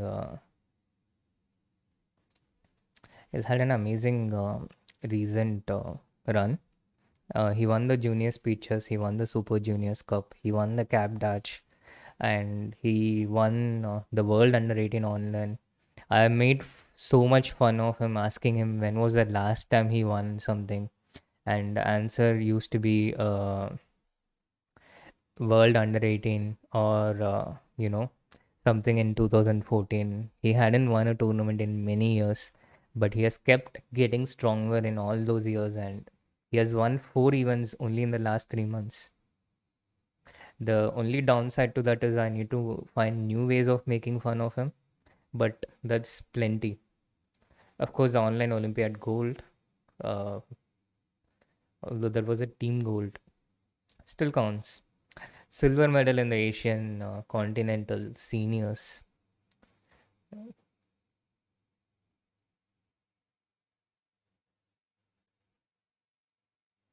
Yeah, there has been absolutely no shortage.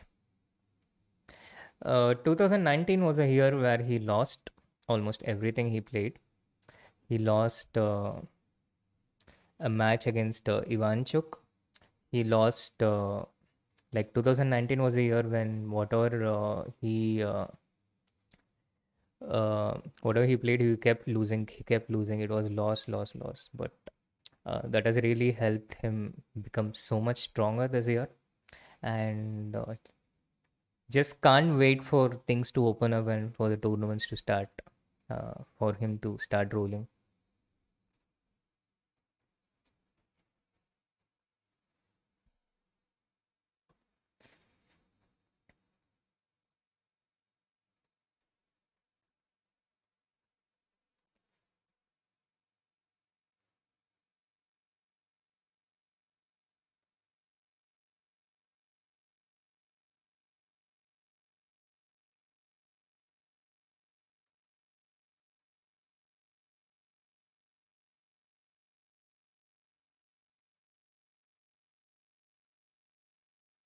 Still waiting for the Gukesh match to begin.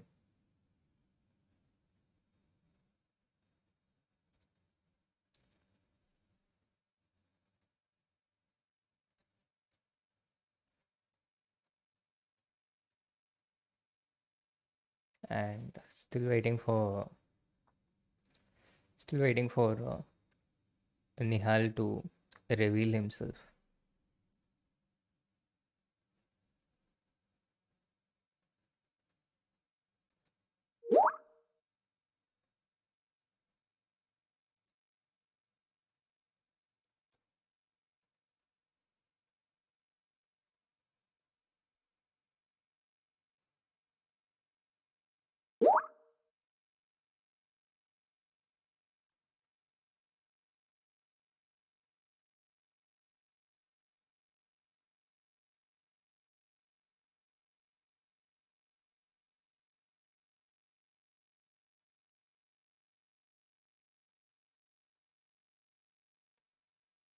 Nihal is studying 12th standard. He wrote his 10th standard last year.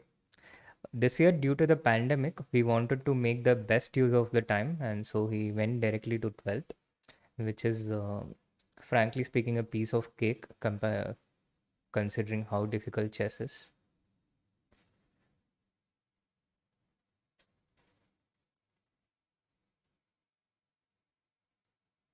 I've been with Nihal for close to 5 years, and I've watched him do so many things. I'm still in awe of the magic he does on the chessboard. And today's win was spectacular. Very, very joyous moments to relive.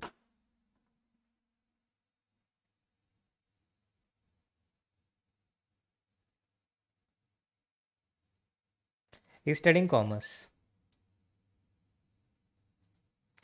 Chat, do you have any idea when the Armageddon is going to start?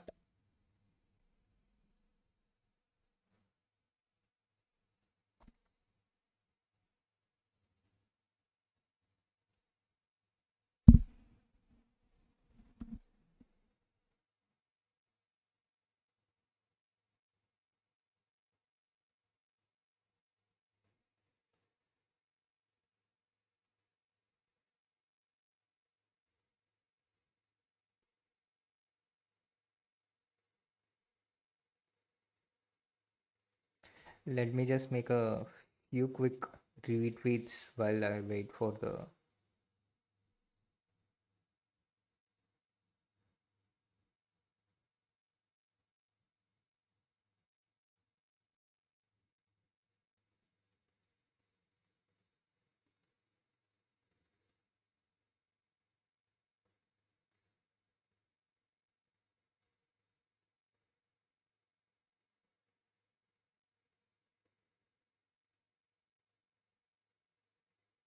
While I wait for the Armageddon to start. Actually, I'm also wondering the same thing. When is the Armageddon going to start?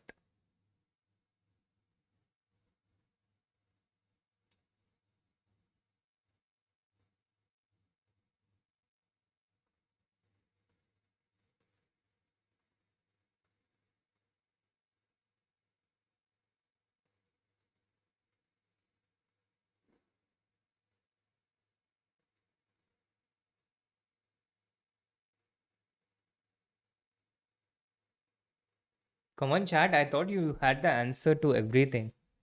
I thought you had the. Uh, you knew everything.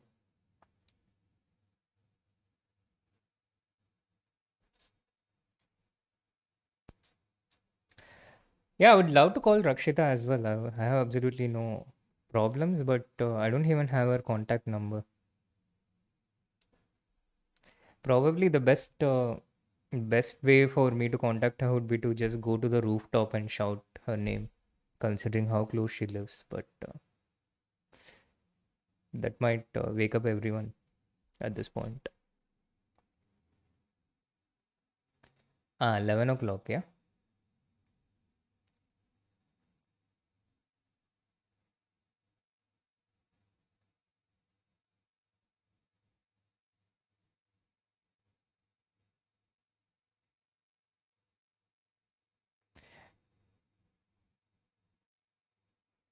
Yeah, I don't have Gukesh contact either. And him, I cannot even call from the rooftop. He lives a bit farther, a few kilometers away.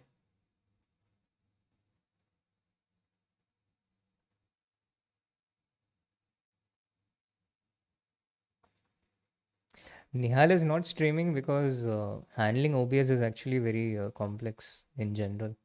And Nihal just loves to play chess, but at the moment, that's the one thing he loves.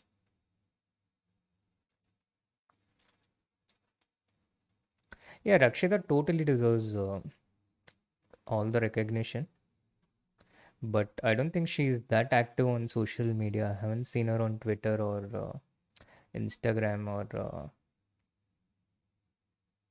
you know, I haven't seen her on any of the streams either.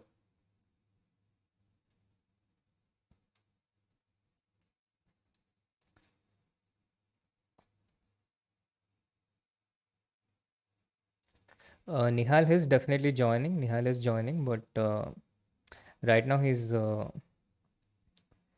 um, he's busy with some official requirements.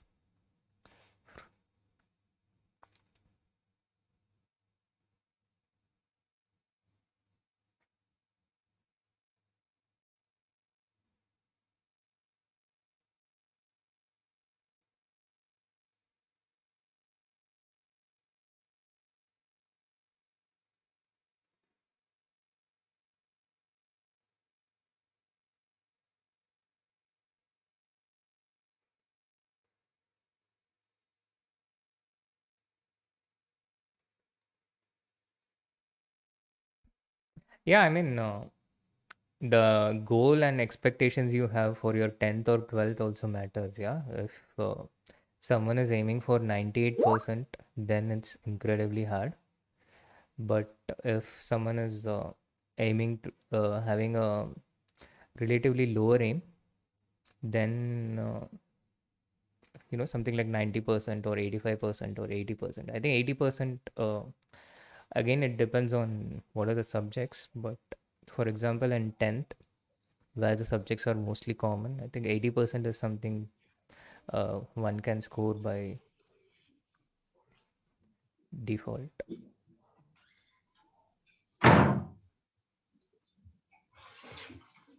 Hello. Hello, hello, hello. Welcome. Hi. Congratulations. Thank you. Nihal, you were actually on in trouble in the second game, no? I think for most part I was outplaying him, but he found this night deal, and Yeah, after Night that, Date was just brilliant. Night Date was like brilliant, and it also worked in his favor that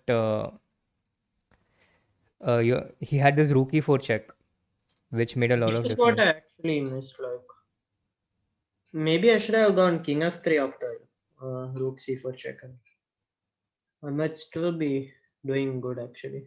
Maybe. Yeah, King F3 after Rook C4 check was probably better. After King G5 E6, but here Is this maybe some some Rook C3 draw? check, or no, Rook C3 check is not the move. Yeah, draw is after Rook F4, Rook G4. Yeah, No, but King can run to G1. Rook F4, King G3, Rook G3, King F2, Rook F4, King G1. So This it's should win, right? Like yeah, yeah, yeah, E7, E7, and C1 is covered. yeah. So it's still not clear after E6. Your pawn is running, but the I computer mean, shows okay, should be Rook C7 first then. yeah, Rook C7, and now after E7, just E7 Rook Rook C3 F4 check. check. Rook F4 draws, I guess, or maybe even more. Maybe even more, yeah, because Rook E4 and Rook E7 is just pawn up. Yeah, yeah. And King G3, Rook C3 is made. That's the point. Yeah, King G3 and Rook C3 is made as well, but very very difficult to see. Yeah, Yeah, with seconds. yeah. I thought you were also completely winning after Rook G8 at this point because of Rook D3, Rook H3 coming by force. Yeah, okay. Rook G8 was a very bad miss for sure. Yeah, But yeah, Rook G8 I was looking at, and if I had seen this mode, I would played it in 1 second. Sure, like I was thinking some Rook D3, but then Rook G6 has come. Like instead of Rook yeah, yeah, G8. yeah, I know, I know. I also first saw Rook D3, then I saw Rook G6, and then of course, I saw the evaluation bar which was showing like a big plus, so I knew that White had a win, and then I saw Rook G8. Hmm. Yeah, Rook G8 was just crushing too. Well, I think till this point I was sort of outplaying. Yeah, yeah, yeah, absolutely. I think you were better right from the start, and then I thought maybe you missed knight e6 or you did not after knight c5. Yes, yes. Like I had seen knights if like bishop e2, knight a4, bishop a1 are better, but yeah, I forgot knight can come to e6. Yeah, Yeah, yeah, yeah. I thought this was a moment of slip true. when black's position possibly became a bit easier, but I think just a very very small slip, which didn't really change the evaluation too much after some moves. After bishop c2, I thought I was still a bit better, but I was quite sure I messed up something. Yeah, yeah. Of course, it's still much more pleasant for white, and for him, it's always unpleasant, yeah, to defend this with limited time, Mm-hmm. which was similar for you in the first game. Yes, I thought in the first game you were like completely, busted at some yeah, point. yeah, yeah, yeah, yeah. But it turns out that actually the computer evaluates black's position very kindly. Right? Not easy to break through with white, it seems. Something like point 0.6 would be very kind, actually. No, it's actually it was always above +1, Okay, okay, yeah. but it was not straightforward how white breaks through. Actually, after he played knight a b4, I got some hooks. Like knight a b4, knight e4 when I got. Ah, okay, Like some queen a5, I was more worried about queen a5. okay. Queen a5, something like queen b6. Maybe trade and knight a b4, something like. Bishop on e8 looks terrible. Like white can play e3, bishop f1, knight c5. Okay. But yeah, I honestly don't know what I would have done here.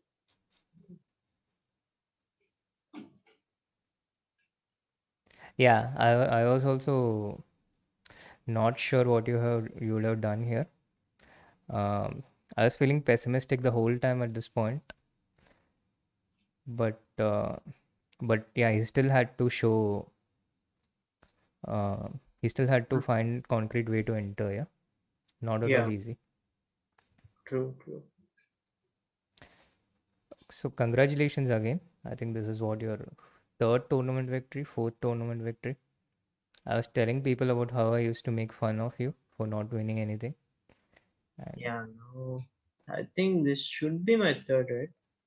I think it's your fourth, no? Junior speeches cap. Oh, okay, chess based India juniors. Yeah, just Biz India Juniors.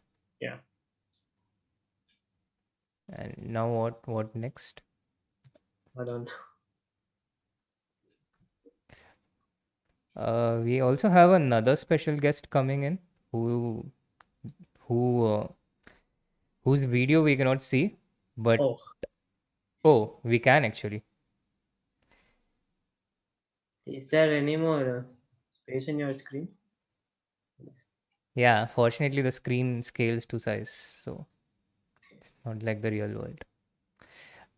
Priyadarshan Banjan, manager of Nihal, the guy who introduced me to Nihal, who helped us meet each other, who built the connection, who has been responsible for a lot of good things, uh, who has been responsible for taking Nihal's career from 2015 onwards, taking care of every small aspect, starting from his tournaments, finding his trainer, and managing his social media and every small and big aspect. Priyadarshan has been the man behind the scenes. Also, I think apparent why he's the man behind the scenes now that he's on video. Welcome, welcome, Priyadarshan. Hi, am I audible? Like, Yeah, you're audible. and is the screen clear? Like, Yeah, oh, okay. yeah, Priyadarshan Banjan OP in the chat, guys. So yeah, like this was like I was scared. Like, what is happening? Yeah, like looked very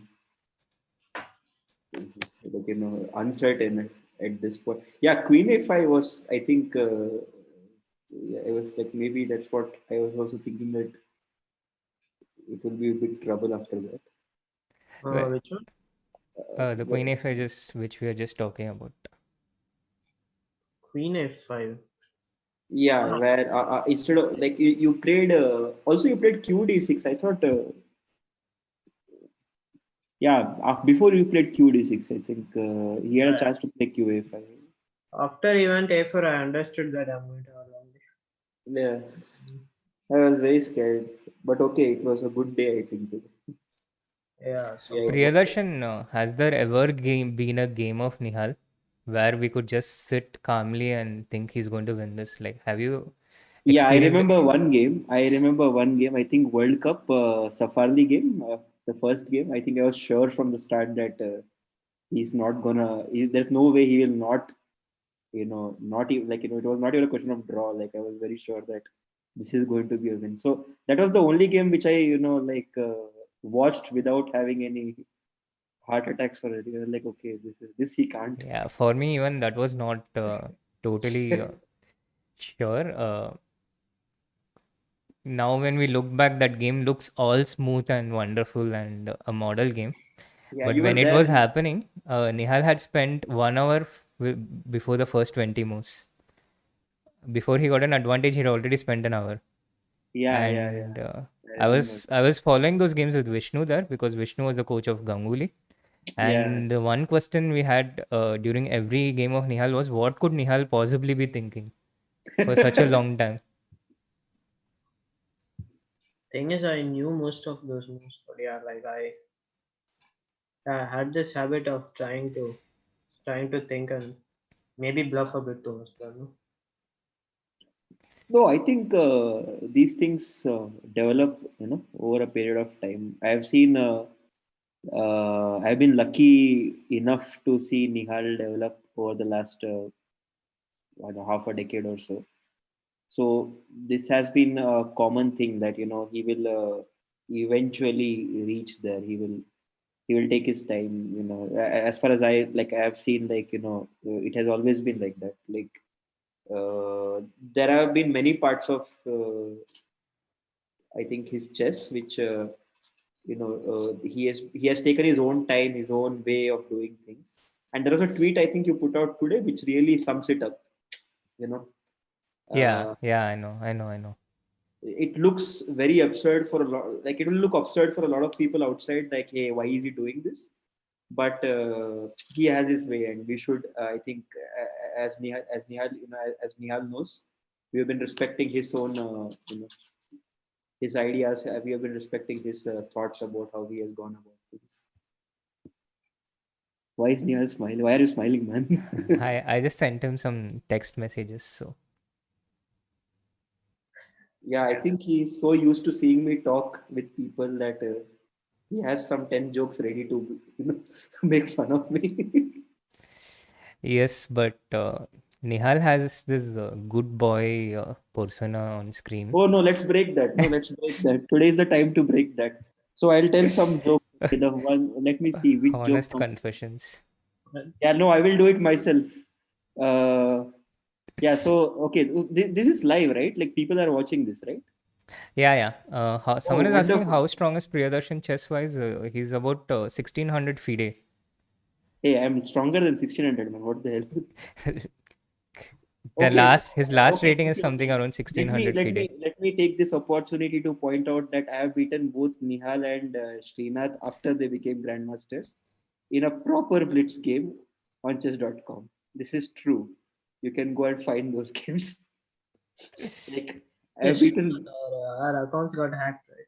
Hey, no, it Yeah, was yeah, not. yeah, yeah. True, What true, I true, was true. white in both the games, and Nihal I beat with a lot of sacrifices.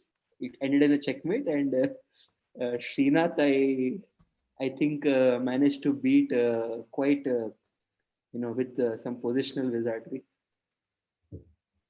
Sure, sure, sure, sure. Okay, so about breaking. By the way, we are the Armageddon game of Gukesh has begun against Murjin. Gukesh has the Okay, white pieces. Gukesh This has is 5 minutes, starts with 5 minutes. Murjin has 4 minutes, and Gukesh has a fantastic position. He's just a pawn up. He's a yeah, I pawn think up, this is and Murjin has absolutely no compensation. If Gukesh wins, this will be our third gold of the day of wow. this well, tournament. who else won? Rakshita Ravi. Yeah, Oh, Rakshita was the first to win. She won in correct. a very, very convincing way.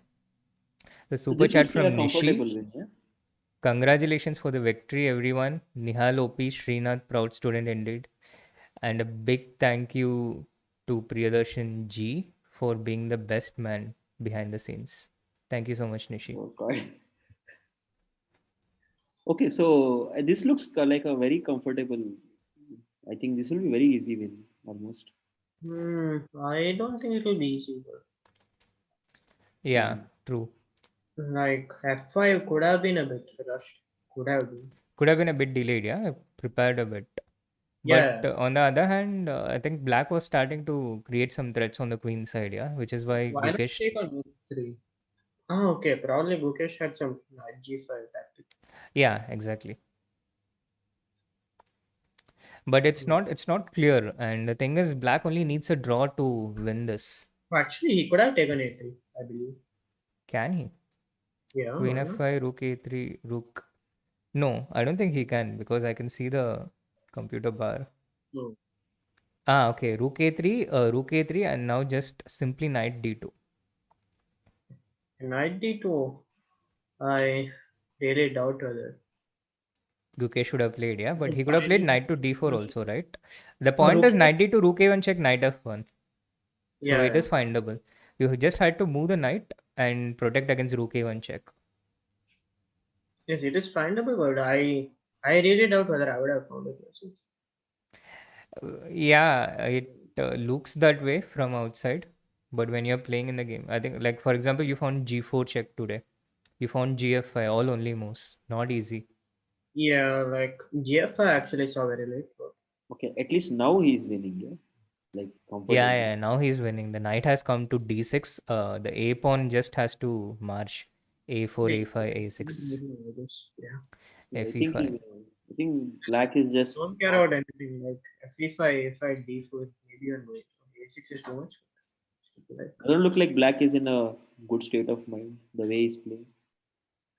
Murjin has this habit of starting to cry whenever he's in a losing position. I also played against him in Aeroflot Blitz. I was completely winning. And then, I won the first game. Like, he was better, and I won the first game. And he started sobbing at the board immediately. And we were to have an immediate rematch. And he was just there sobbing all through the game. And I just couldn't take it, There's this little kid sobbing against me. And I have to play against him again. That was the most uncomfortable moment I had. So what happened in the next game? I blundered everything and lost from a position impossible to lose. Yeah, like it reminds me of. But when you go to this national under 9, under It 7 and happens stuff, commonly. Yeah, that's exactly what I there are was. kids crying all the time. But when I was 7, it didn't affect me at all. A 7-year-old kid crying. But when I was 20, it's different. hmm. Yeah, actually, I don't think I also seen this, but I don't think I was one of the grinders. I think so. No, this happens in You're the one again. who makes others cry, yeah? No, but Nihal is a good Yes. kid. Even yeah, yesterday we were talking about that on I Skype. don't think I was crying during a game. After, of course, I used to. So, but During. it's common in local, at least in Indian tournaments, in FIDE Opens and all. Like I have played a lot of these FIDE Opens or seen a lot of these FIDE Opens here in India. Kids will just start crying when they. Yeah, the thing about crying is the more you cry, the less your parents scold you. Yes, Which, that is one of the things. And sometimes it's like about the coach also. Like they're scared of the coach yeah, and they will do some. but you Like don't have once that problem, no, I Nihal? remember once a very crazy incident happened with me where I think I was playing some little kid like 9 or 10 or I don't know what was the age, around 10, and I was about to win, and the kid was like not moving at all and had tears in his eyes. I was like, what happened? Like I didn't know what to do, so I was just thinking what to do. Like how do I like even win this? And he was like, I didn't understand why he was not even making a move. He was just sitting there and sobbing. So then I realized that he was just if he goes early, his coach will most likely last him. So he was just trying to run out of time, at least so say that he lost on time or something. I was like, wow, this is amazing.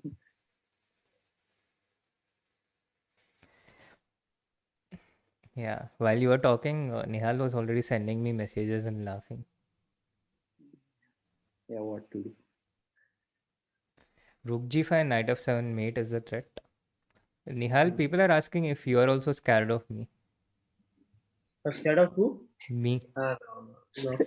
The opposite is true, guys. The person who gets beaten up, who is scared, and everything is me in this case. Actually, even me, like I have been beaten up more than most people have by Nihal. Yeah, true, true. That's Okay, supposed to Nihal, be. when he was a kid, he had this habit that whenever so I was staying in Thrissur for a while. So like I would go there, whenever I would go to the house, the first thing he would do is beat me up.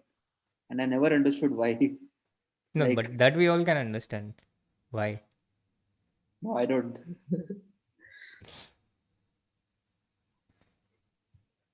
No, no, no. Not that. All the kids bully me.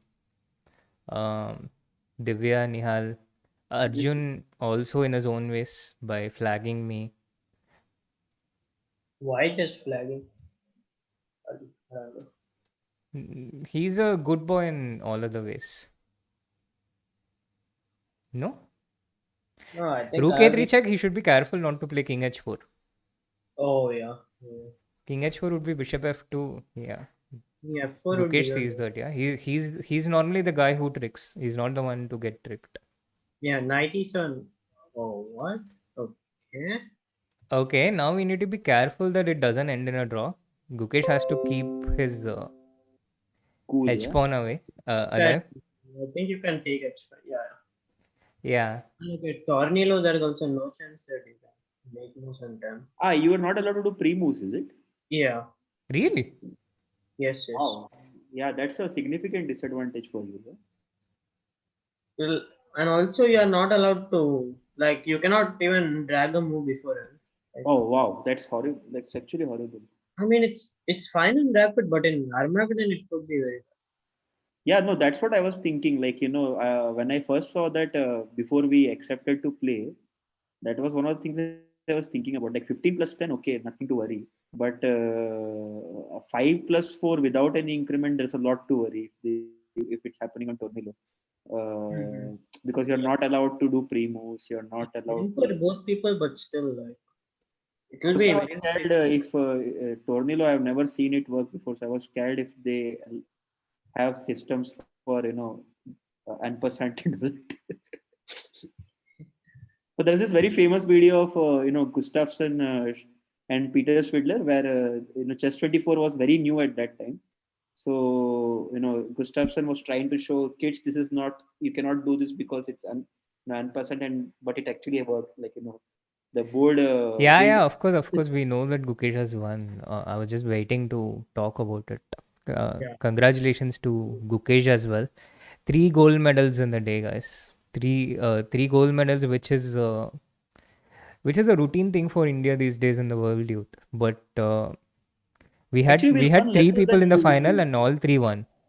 we won lesser than we used to. No, like usually we win something like 10, 11, if I'm not wrong. I don't know. It varies from year I to year. remember And 2015. I don't think we have 2015 won we like won 11. 10 goals. Right? I mean, 2015 we won 11. I'm Go sure. not gold medals. not 11 goals, right? But that is You can't win 11 Yeah, out I of think 16 so. gold medals. Maybe it No, happens once a year. 11 medals. I'm sure we won Yeah, 11. 11 medals is yeah. possible. But here, how many we won? Here, three gold medals, and I don't know about the other medal, but there's one bronze medal match going on between Mrinmoy in under 10 category and his opponent Woodward Andy. Who He is has Mrin? won. He has won. So he has managed to win the bronze. What is this kid's age? He's 10. Oh, okay. Looks very talented by the looks of it. Some very nice moves today. He lost the Can, second game due to tension from an unlosable position, but he won this, no? yeah, he won this. Very nice game actually. Very nice night of game. Yes. Naidov, every time I listen Naidov these days, I remember only one thing. Anish. Anish Giri scores for chess. The guy is like, I don't understand why he's playing chess. Who? Anish Giri, I don't understand why he's playing chess. I'm pretty sure that he can take away jobs of almost every social media marketer. Yeah, true. He's just Anish is a genius in so many yeah, things. no, it's like he's naturally talented in Chess and comedy and chess, comedy, marketing and whatever he does. social media marketing, and a lot of other things which I cannot probably talk about here.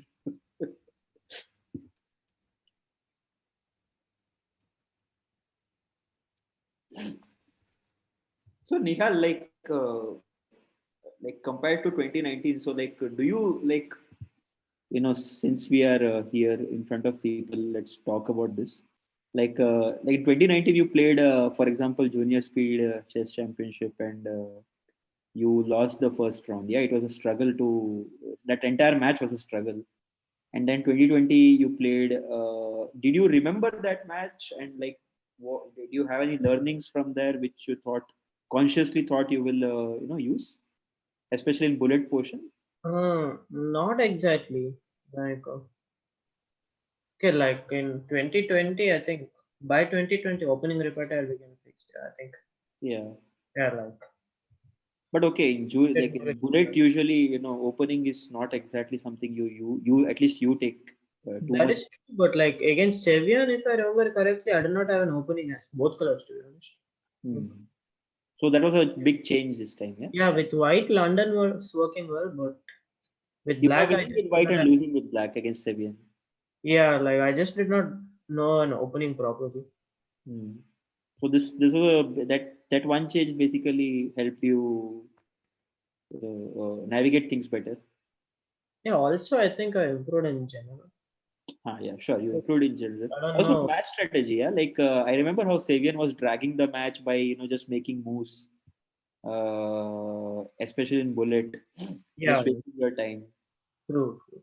So That is this year, I think there was almost zero incident of that happening in against you. Like mm, maybe you just did it better. like here I also didn't do it, but fortunately I didn't really have to drag. Yeah, Like against Mirna, I had to drag a bit, but not much. Like not too much by purpose. yeah, yes. No, that was the only tough match. Yeah, and the junior speeches this year, every single match of Nihal was very convincing right from the start. Uh, Except Mirna was not, to be honest.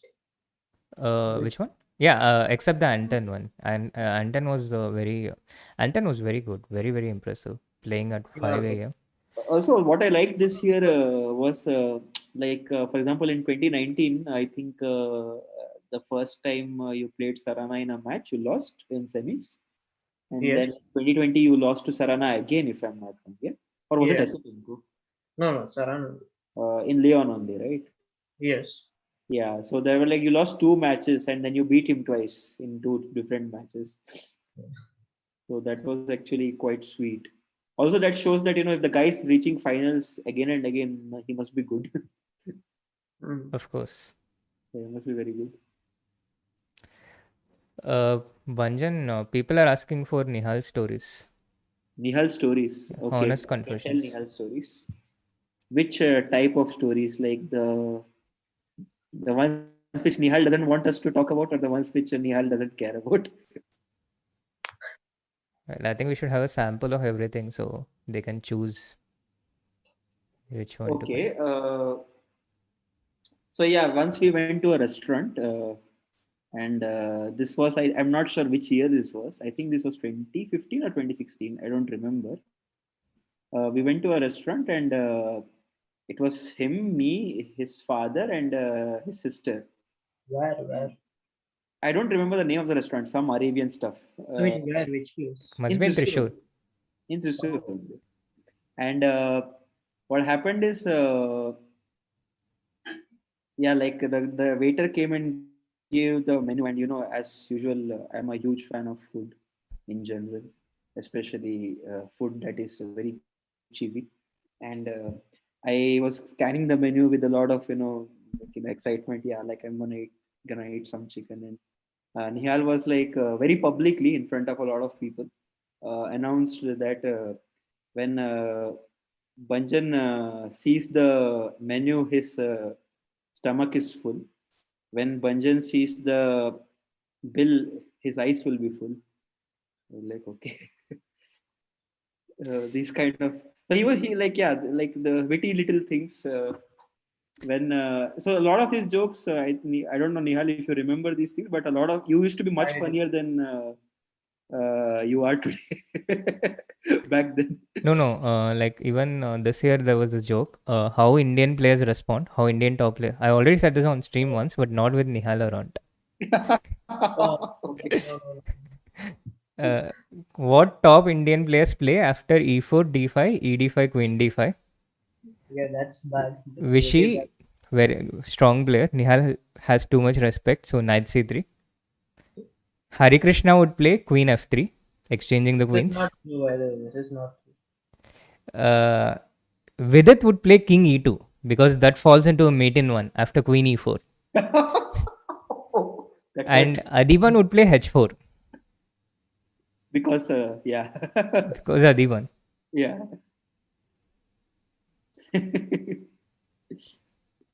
Yeah, Yeah, no stories, right? Like I guess no one believes this.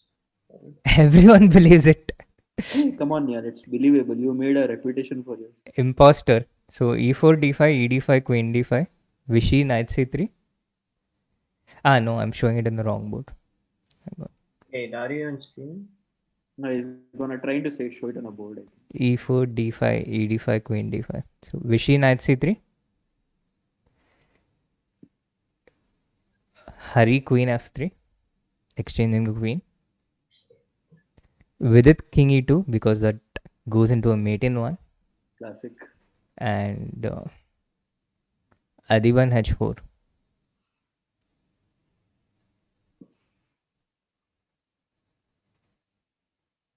Okay, don't believe this. That's all I can say.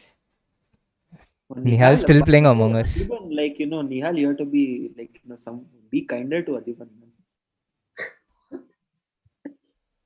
I mean, I know we all know that Adiban is a great person, so he'll never get pissed. But I think enough. Kinder to Adiban, huh? Not kinder to Vidit. Poor With it, guy. yeah, but still, like poor Adiban. Justice for Uh, Vidit. Oh, I didn't do anything. Yeah, I still claim my innocence. oh, that has wonderful. If you still insist, we can go on further too. No, it's fine. I don't insist. Nihal is Poor innocent. Nihal. No, Nihal No, is well. the reason why Nihal got his nickname Devil is not because of his tricks on the chessboard that came later. Yeah, yeah, It was initially because of these things. yeah. All the jokes he cracks, and also like Brutal, okay, brutal insults. yeah, brutal insults to everybody, like literally everybody. Literally everybody. Yeah, Yeah. doesn't spare anyone We except need. probably school teachers. I don't know about that though. I need to check with his other friends. Yeah, nothing is true. Yeah, okay, stories, right? So I think there's one more story I remember, which okay, this one is a good story, Nihal. Like it basically no joke. Okay, serious story.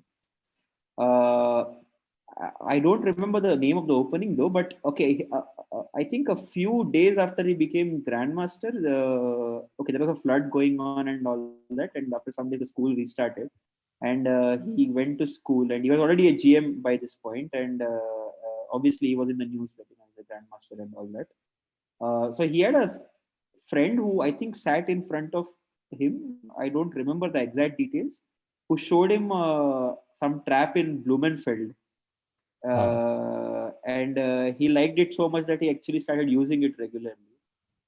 And what really made me feel good about that story is that this guy is a grandmaster and this guy is underrated and he's still learning. Yeah, I know. He once learned an opening from his school friend. I know. Yes, Yeah, yes, yes. that is true. That is true. His Yeah, name is. like it's kind of like reminds me of a story. So I'm a huge fan of Bobby Fischer.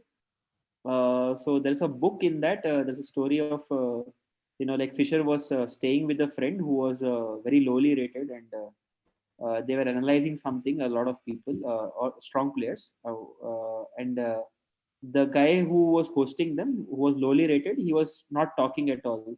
So Fisher was very concerned. He was like, "Why are you not saying anything? You can also contribute with ideas." So the guy is like, "But what will I tell you? Like, I don't know anything. I'm just very lowly rated compared to you guys." So Fisher is like, "No. You should suggest ideas. There's nothing, no problem in suggesting ideas. Ratings don't matter for suggesting ideas." So that is probably like Fisher, although he is very famous for having a lot of ego and all that, he was actually not probably not like that when it came to learning chess. He was open to ideas from everybody, which is I think a good sign. Okay, stories, Why are right? you Like there's smiling, so many Nihal? stories. Nothing. You can tell me personally. No, just like that.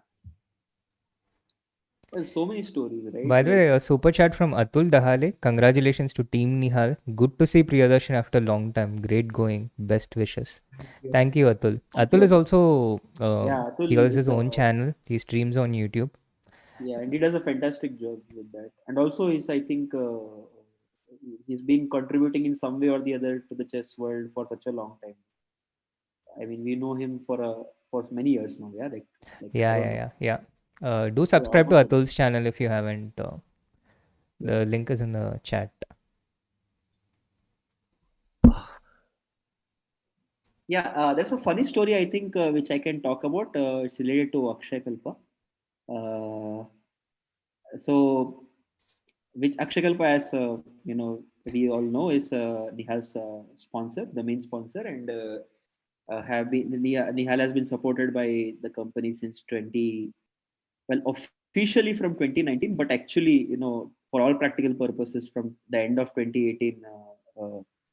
I think the first time Shashi Kumar started helping us out in some way or the other was around 2018 already.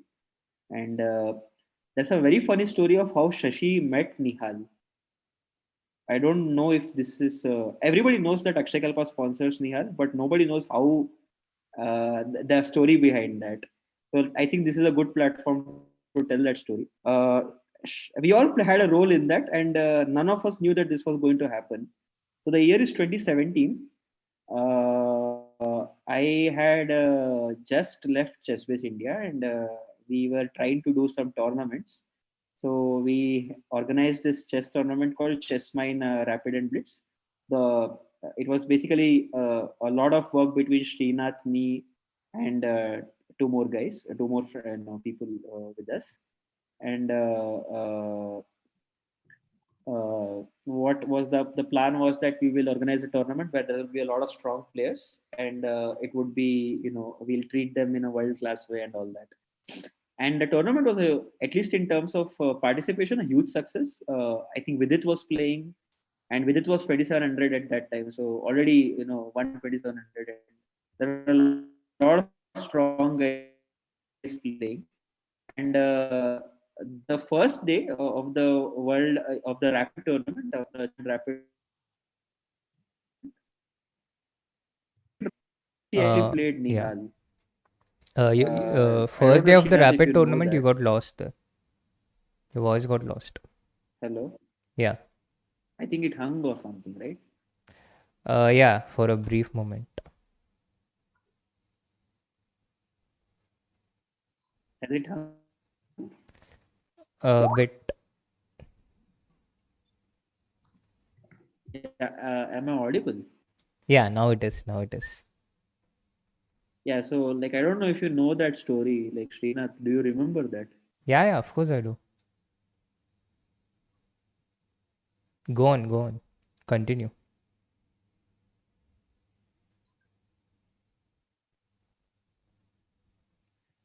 Yeah. So that was 2017, and yeah, I think my internet is unstable, Yeah, your so internet is maybe a bit I'll be a bit unstable. Yeah. slow. Hmm. Either that or Nihal is doing something. So I'll probably try to leave and come back. Okay. Both are possible. I'll try to leave and come back. Okay. Yeah, good luck with your OBS. That's okay. With two people, it's easy to fix. Okay.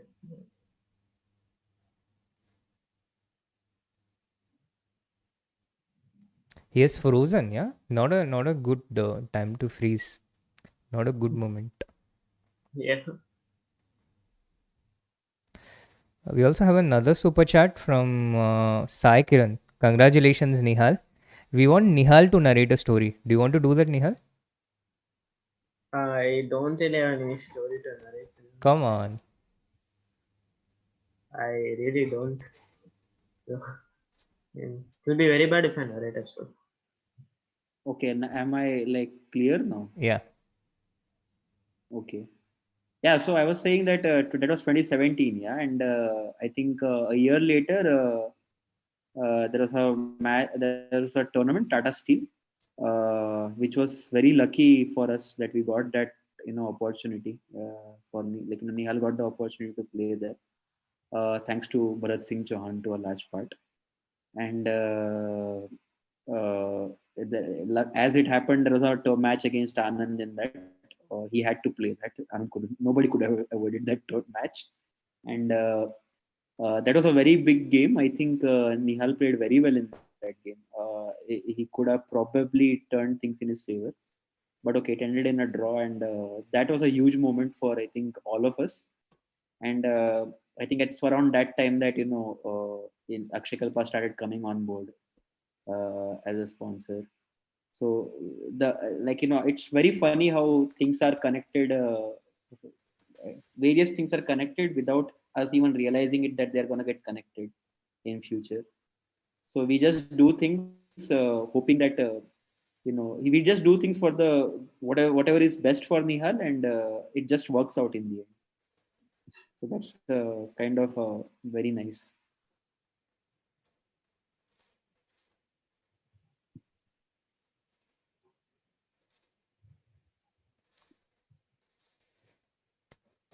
I think we should have some funny stories, yeah, not just the serious stories. Okay, I was just plugging Akshay Kalpa. I know, Just being loyal and doing but my I think people by now know that you're the man behind hashtag Akshay Kalpa. People are actually putting that on chat. Yeah, so that was the idea behind that. You do it so many times that okay, some people get irritated. That's fine. It eventually becomes part of the brand, and that is important in long term. People don't understand that at first, but that's what usually happens. Funny stories. Okay, I don't want to tell stories which will result in me getting beaten up and landing in hospital. So No, but don't worry, we are in lockdown for some more time. yeah, but with Nihal, you never know. Like he's like baby Taz, you just cycle in a circle and land here, and next thing I know, I'm in hospital. Banjan, like you want to have a good time after a lockdown. I hope to have a good time after lockdown. There we see more of Nihal's true colors. Yeah, see, I threatening. guess that's generally. Yeah, Oh, sure, generally, see, generally. threatening generally, wonderful. Mm, funny stories, a lot of stories are like too private. So, probably, Yeah, I think probably we should have a special stream, Nihal for that. Confessions. Yeah, no, I'll prepare and come with Yeah, yeah, stories. yeah, yeah. Definitely. Yeah, please don't call me to the street. Yeah, we'll have everyone, Samay with reactions to the one E45 story live, and That Anish would be and awesome. all Yeah, Nihal's jokes, which I have some of which I have also recorded. yeah, but actually, this E4 D5 joke is very nice, by you. Yeah, I there don't you know. go. There you Very go. nice. What Very nice meme by you. by you? Yeah, No, by you. yeah, yeah. Sure. Look at that mischievous smile. Yeah. Yeah, Look how it that has gives not away changed who's the much. That has imposter. not changed over the years. Divya's feeling left out. Divya's in the chat and she's feeling left out that we are bullying Nihal without her. Oh, okay, that is fine. Okay, guys. Uh, congratulations, Nihal. Maybe we Thank. should. There were a lot of things that happened. For example, last year. Okay, one story which is not funny at all, although it's funny retrospectively. Before we end it, I think we can talk about that one story. But this time, Nihal, it's your turn to make fun of Srinath. Uh, so what usually happens is that last year there were a lot of tournaments where Srinath and Nihal were traveling together, and every time, so Nihal is the supposedly absent-minded one. There have been instances when he has walked into a class and worse, Uh, where he'll be walking in the airport and he'll just walk into a class without realizing that there's a class. These things have happened. So it's true that he can be absent-minded, but with time Nihal becomes better at everything, That's what we and think. hopefully, yeah. and so this is what usually happens. Srinath would be keep telling Nihal that, hey, take care of the passport. Hey, make sure that the passport is safe. Hey, make sure the passport is safe. And 2018 October, these guys are going to Isle of Man. I think It October is 2019. 2019 October. These guys are going to Isle of Man, and so you have to, I think, go to one of these airports in UK, and from there you have to go to Isle of Man airport, and then go to the hotel. That was the itinerary. And I get a very strange WhatsApp message somewhere midnight India time, saying that you may have to solve the biggest problem you've ever solved. So I was like, okay, what is the worst that could have happened? If both are alive, the worst that could have happened is what? Like, I was trying to think, and then I get the next message where Srinath is saying that I have lost my passport. That was yeah. For all the talk about Nihal losing his passport, it was Srinath who Yeah, it lost was his just passport. misplaced for a really small interval. I got it Ah, back, of course. that was a day, not a small interval. It was one. I think it was a grand total of 18 hours, if I remember correct. Where It's I still a don't know relatively short time. what sort of crazy things we were trying to do just to make sure that you guys are not deported.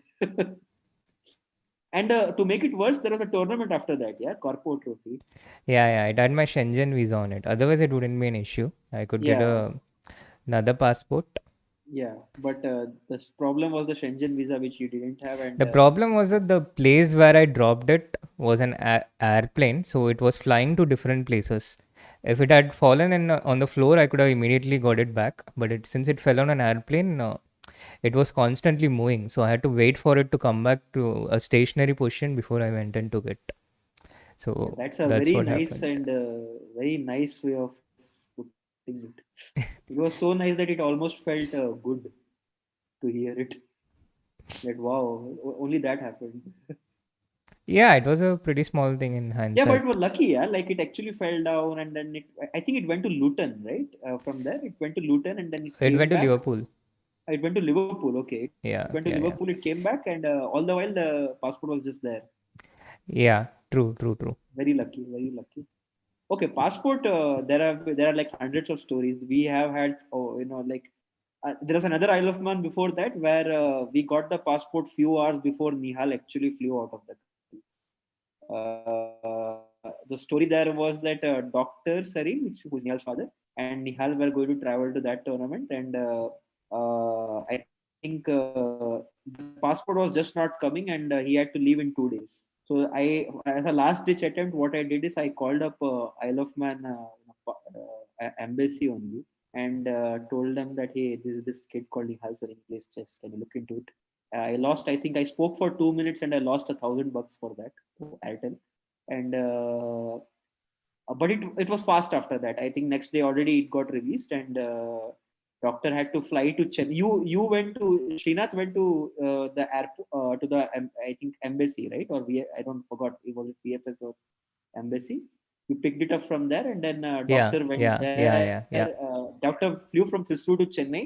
On the day they were supposed to leave for UK, like the flight is at midnight, and afternoon doctor went from Thrissur to Chennai, picked up the passport, and then flew back to Thrissur, reached there by 10 p.m. or so, and after 2 hours they were leaving for UK. Like it was that cut to cut, and yeah, these kind of little struggles which happen behind the scenes, and nobody really knows about these things, right? Yeah. So many incredible problems solved during these Yeah, last few years. yeah, And a lot of things pulled off. So when things happened during the online Olympiad, in all yeah, seriousness, yeah. it was much easier to solve Yeah, those because we are so issues. experienced at handling problems that now we are like very calm and like, okay, this can be dealt with. That is our approach. Yeah, Yeah, this has really helped. Like to be very honest, helping Nihal in whatever capacities has actually helped me with all the other works I do. Uh, because if you can lose a passport and survive, I mean, probably like what can be a what can like it's okay. Like you can probably solve any problem out there. yeah. That gives you a sense of Losing confidence passport that is not the worst thing that can happen, but yeah. yeah, it's one of those things that is very irritating. And the essential idea is that you begin to realize that okay, problems can be solved, We just have to, think objectively and uh, try not to get too worried, uh, in that moment at least. True, true. So when will we do that joke thing, comedy thing? Which one? Nihal Confessions. Yes, Nihal confessions. I think it's time we show the world what a nice kid Nihal is. We'll get there. We'll get there. For now, we'll keep the theme of the stream world and Nihal's World Under 18 victory, his fourth title in the last 2 months. Junior speeches, Yeah, wonderful, wonderful, Cap wonderful. Dodge, Congratulations, Nihal. Chess India Super Juniors, and now this one. Fantastic. Now it's become some sort of routine for Nihal to turn up and win tournaments. Um, and what next now, Nihal? Among Us or Ultra Bullet? I guess Among Us. Mm, yeah. Yeah. So Nihal, like, before we close, like, like, just like, what do you, like, usually I would not ask you these questions because I know you that honestly you don't care yourself, but I'll just ask it anyway this time because we are in a public place. Do you have like any goals or whatever for 2021? No, as simple as that. You can not be, you need not be that honest and give some, like, people keep complaining that we need to do some media training for Nihal, and I keep telling them that, hey, wait, he's just 16. I do know one thing that Nihal has been fantasizing about for a long time now, Wow. Okay. and the same thing appeared in my dream also yesterday night. Wait, what is that? Well, at this point, it's just going to a tournament, a physical tournament, and start playing chess. Yeah, yeah, yeah. I This thought is so. I was actually dreaming about this yesterday night, and then unfortunately, it was just a dream. But Well, to be honest, I have more funny Srinath stories than funny Nihal stories. Yeah, logical. No? I don't have any stories. Yeah, yeah, true. Very yeah, true. Very yeah, yeah, good. sure, sure. So Nihal, like maybe we can turn the tables at this point. If it gets Nihal to talk. So, like, I used to do a lot of photography work. I don't know, Nihal, even if you remember, if you even remember this. So, Yeah, like, I used to do a lot of photography work for chess tournaments. So for a long time, I was working. I thought you were doing some radio station for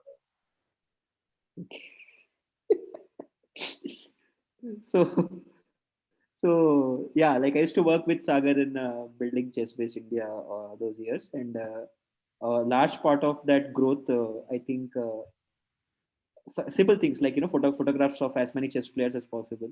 There are a lot of chess players who were never out there because of Chess Base India. Their photos started coming online, and because of that, they had their a lot more credibility in their circles, which helps for a chess player at any level. Because you need money, you need support, you need a lot of these things. And I remember, if I'm not wrong, the first decent photo of Divya playing in India was captured by me. Like, yeah, and she was so tiny, like very little at that time. The first decent photo, first HD photo probably of Nihal playing in India was captured by me. That was in Nagpur, if I'm not wrong.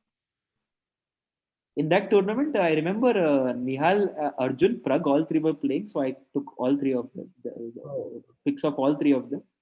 And until that point, there were a lot of, like, okay, Nihal was already pretty famous, so like there were a lot of tournaments out there which they would be capturing his photos. But I think the first one was first like one of those first early images were mine for a lot of these chess players who are even the ones who are not that famous.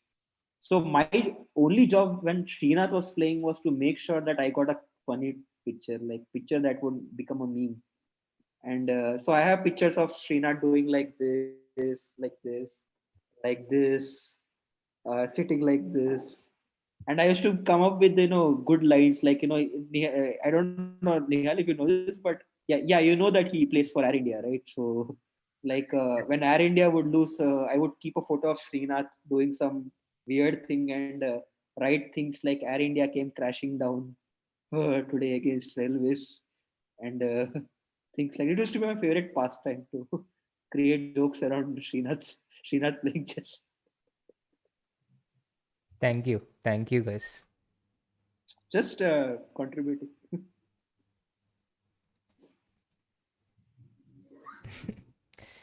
Okay, guys. Let's end the stream on this note. I should really get back to my chessable files, and Hmm. I Hey, only asked don't Nihal say for five chessable. The minutes. first He's thing been that here comes for to an my hour. mind when I hear chessable or Yeah, the that reason is obvious, no? Yeah. No, the reason is obvious, right? What? The reason for what? Why 5 minutes became 15? Yeah, I know. We are talking about all these chess games and analyzing, and then the stream became non-chess, because I walked in. obviously. Yeah, what chess will you discuss with me? Yeah, but surprising. These days, I don't even understand the difference between bishop and pawn. To be honest, I think that's not exclusive to these days. But I think I should really find that game between of me thrashing you. yeah, the imaginary game. Hey, it's not imaginary, man. Everybody went crazy on chess.com also. They were like, Yeah, sure, sure. who is this Nobody, 1700 beating a grandmaster? nobody, including me, knows about it. Okay, Yeah, okay, I I will can put confirm that them. I also I can confirm that I don't know. Hey, Nihal, what the hell, man? I expected some support from you. Nihal is always on the side of the truth. Yes. Oh my god, what did I just hear? Oh god, did I hear that right? Can you repeat that? Should see, could have allowed to have Divya's reactions on that. But yeah, congratulations again, Nihal. Fantastic day again. Yeah, Three I just gold almost medals. forgot that he won a tournament. Okay, yeah, Thank congratulations. you. Thank you very much. Congrats to Gukesh and Rakshita as well. Yeah, Yeah, and also this little 10-year-old Yeah. kid, Mrinmoy Rajkova, for his yeah. He's bronze. okay. And One, I know you want to end the stream, but since I have got this chance, since both of you are here, I mean, this is a good chance to ask. So, because of the pandemic, tournaments have stopped, right? So, what does it mean for this? A lot of the youngsters out there, like who so, like for example, if you are training, like what are you training for exactly? Like I'm not talking about like for example, Srinath. In your case, for you it's set. You need to train. You need to make courses and just distribute chess knowledge and education. And for Nihal, it is. I think he makes Nihal makes the cut of being a professional player now. That's obvious.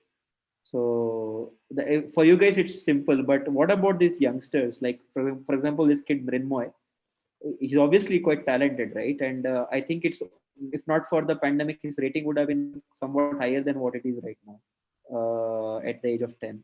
So what does it mean for these people, and how does it work out? Like, what do you guys think about it? it's very, it depends, yeah.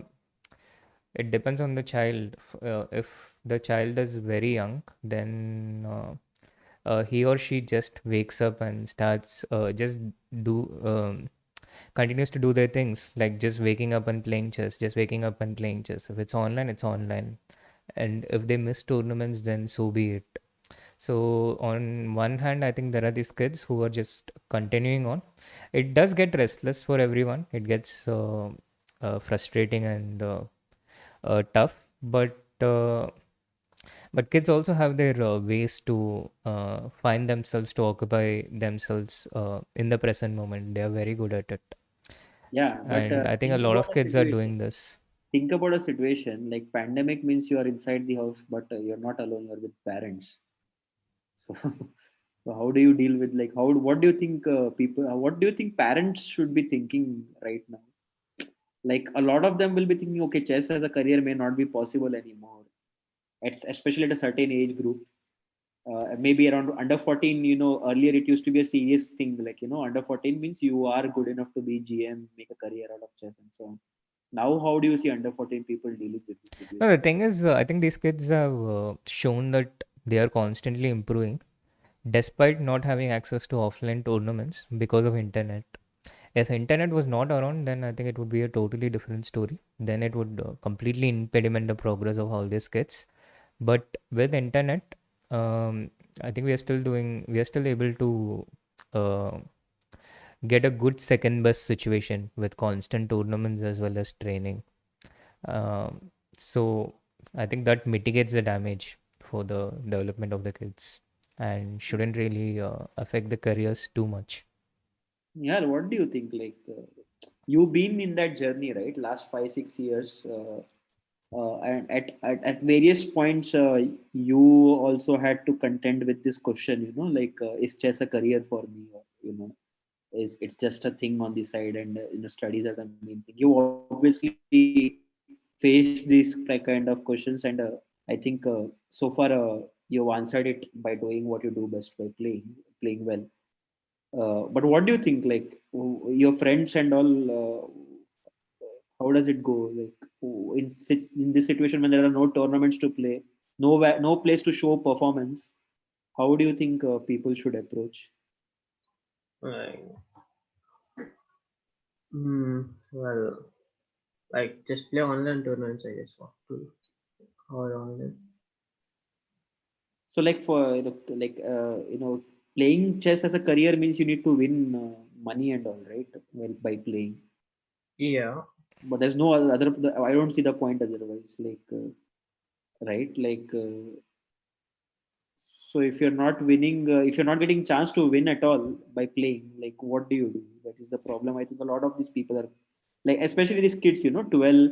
I'm seeing a lot of these 10-year-olds, 11-year-olds, 12-year-olds who don't have state youth, who don't have national youth, and who don't have world youth to really show anything. So they are just sitting and thinking what to do. They lose a year, and maybe their best years are behind. It's very Hmm. difficult to be motivated, right? Yeah, to be honest, I don't know what to say. Yeah, I just wanted to hear that. That's why I was. Like, not an expert in this topic. Yeah, no, I was dragging this question this long only just to hear that. Thanks. Yeah. Yeah, welcome. I Like, how can don't we have a know. interview of Nihal without I don't know? I Like, don't know. like, yeah, okay. I was not playing for money. I can say that much. Yeah, yeah, sure, sure, sure. But Best not just money, even things like, let's say assume you're 11 and you have an under 12, you have something to work towards, right? There's a Mhm. national under 12 coming, or a state under 12 coming, or state under 11 coming, or something like that. Here, a lot of kids are just, they just don't know what to do now, and they don't know when it is going to come back.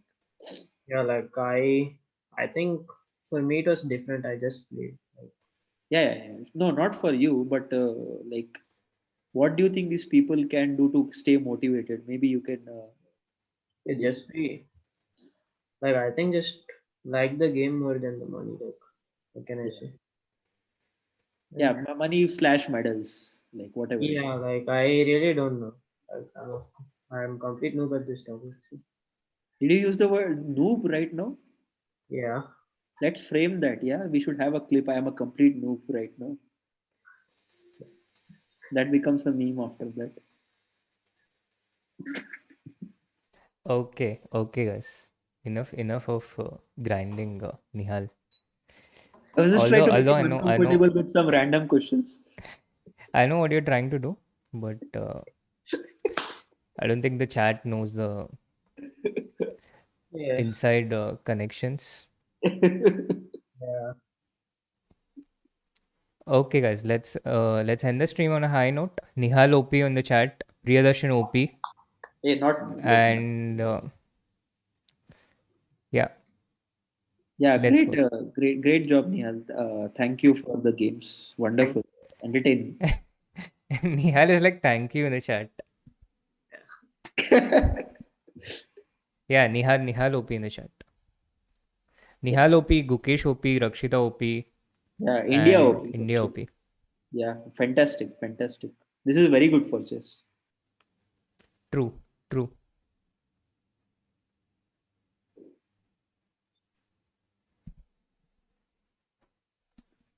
Hope. I think this is the last big event of this year. I hope there's some. I hope there's nothing else now. Or is there? Is it something? Is there something? I I don't think this is think. the last big event. No, for us it is. But No, the Earthings Master is starting on 26th. yeah, yeah, yeah. Right, right, Oh, right. yes. That's there. That is there. Yeah. Okay, Thank that's you Yes. so much, everyone. Thank you for staying through. Thank you for supporting Nihal and all the other youngsters. Do like the stream and subscribe to the channel if you haven't. Thank you so much. See you guys soon. And let me get back to some work after a long time. Thank you. okay.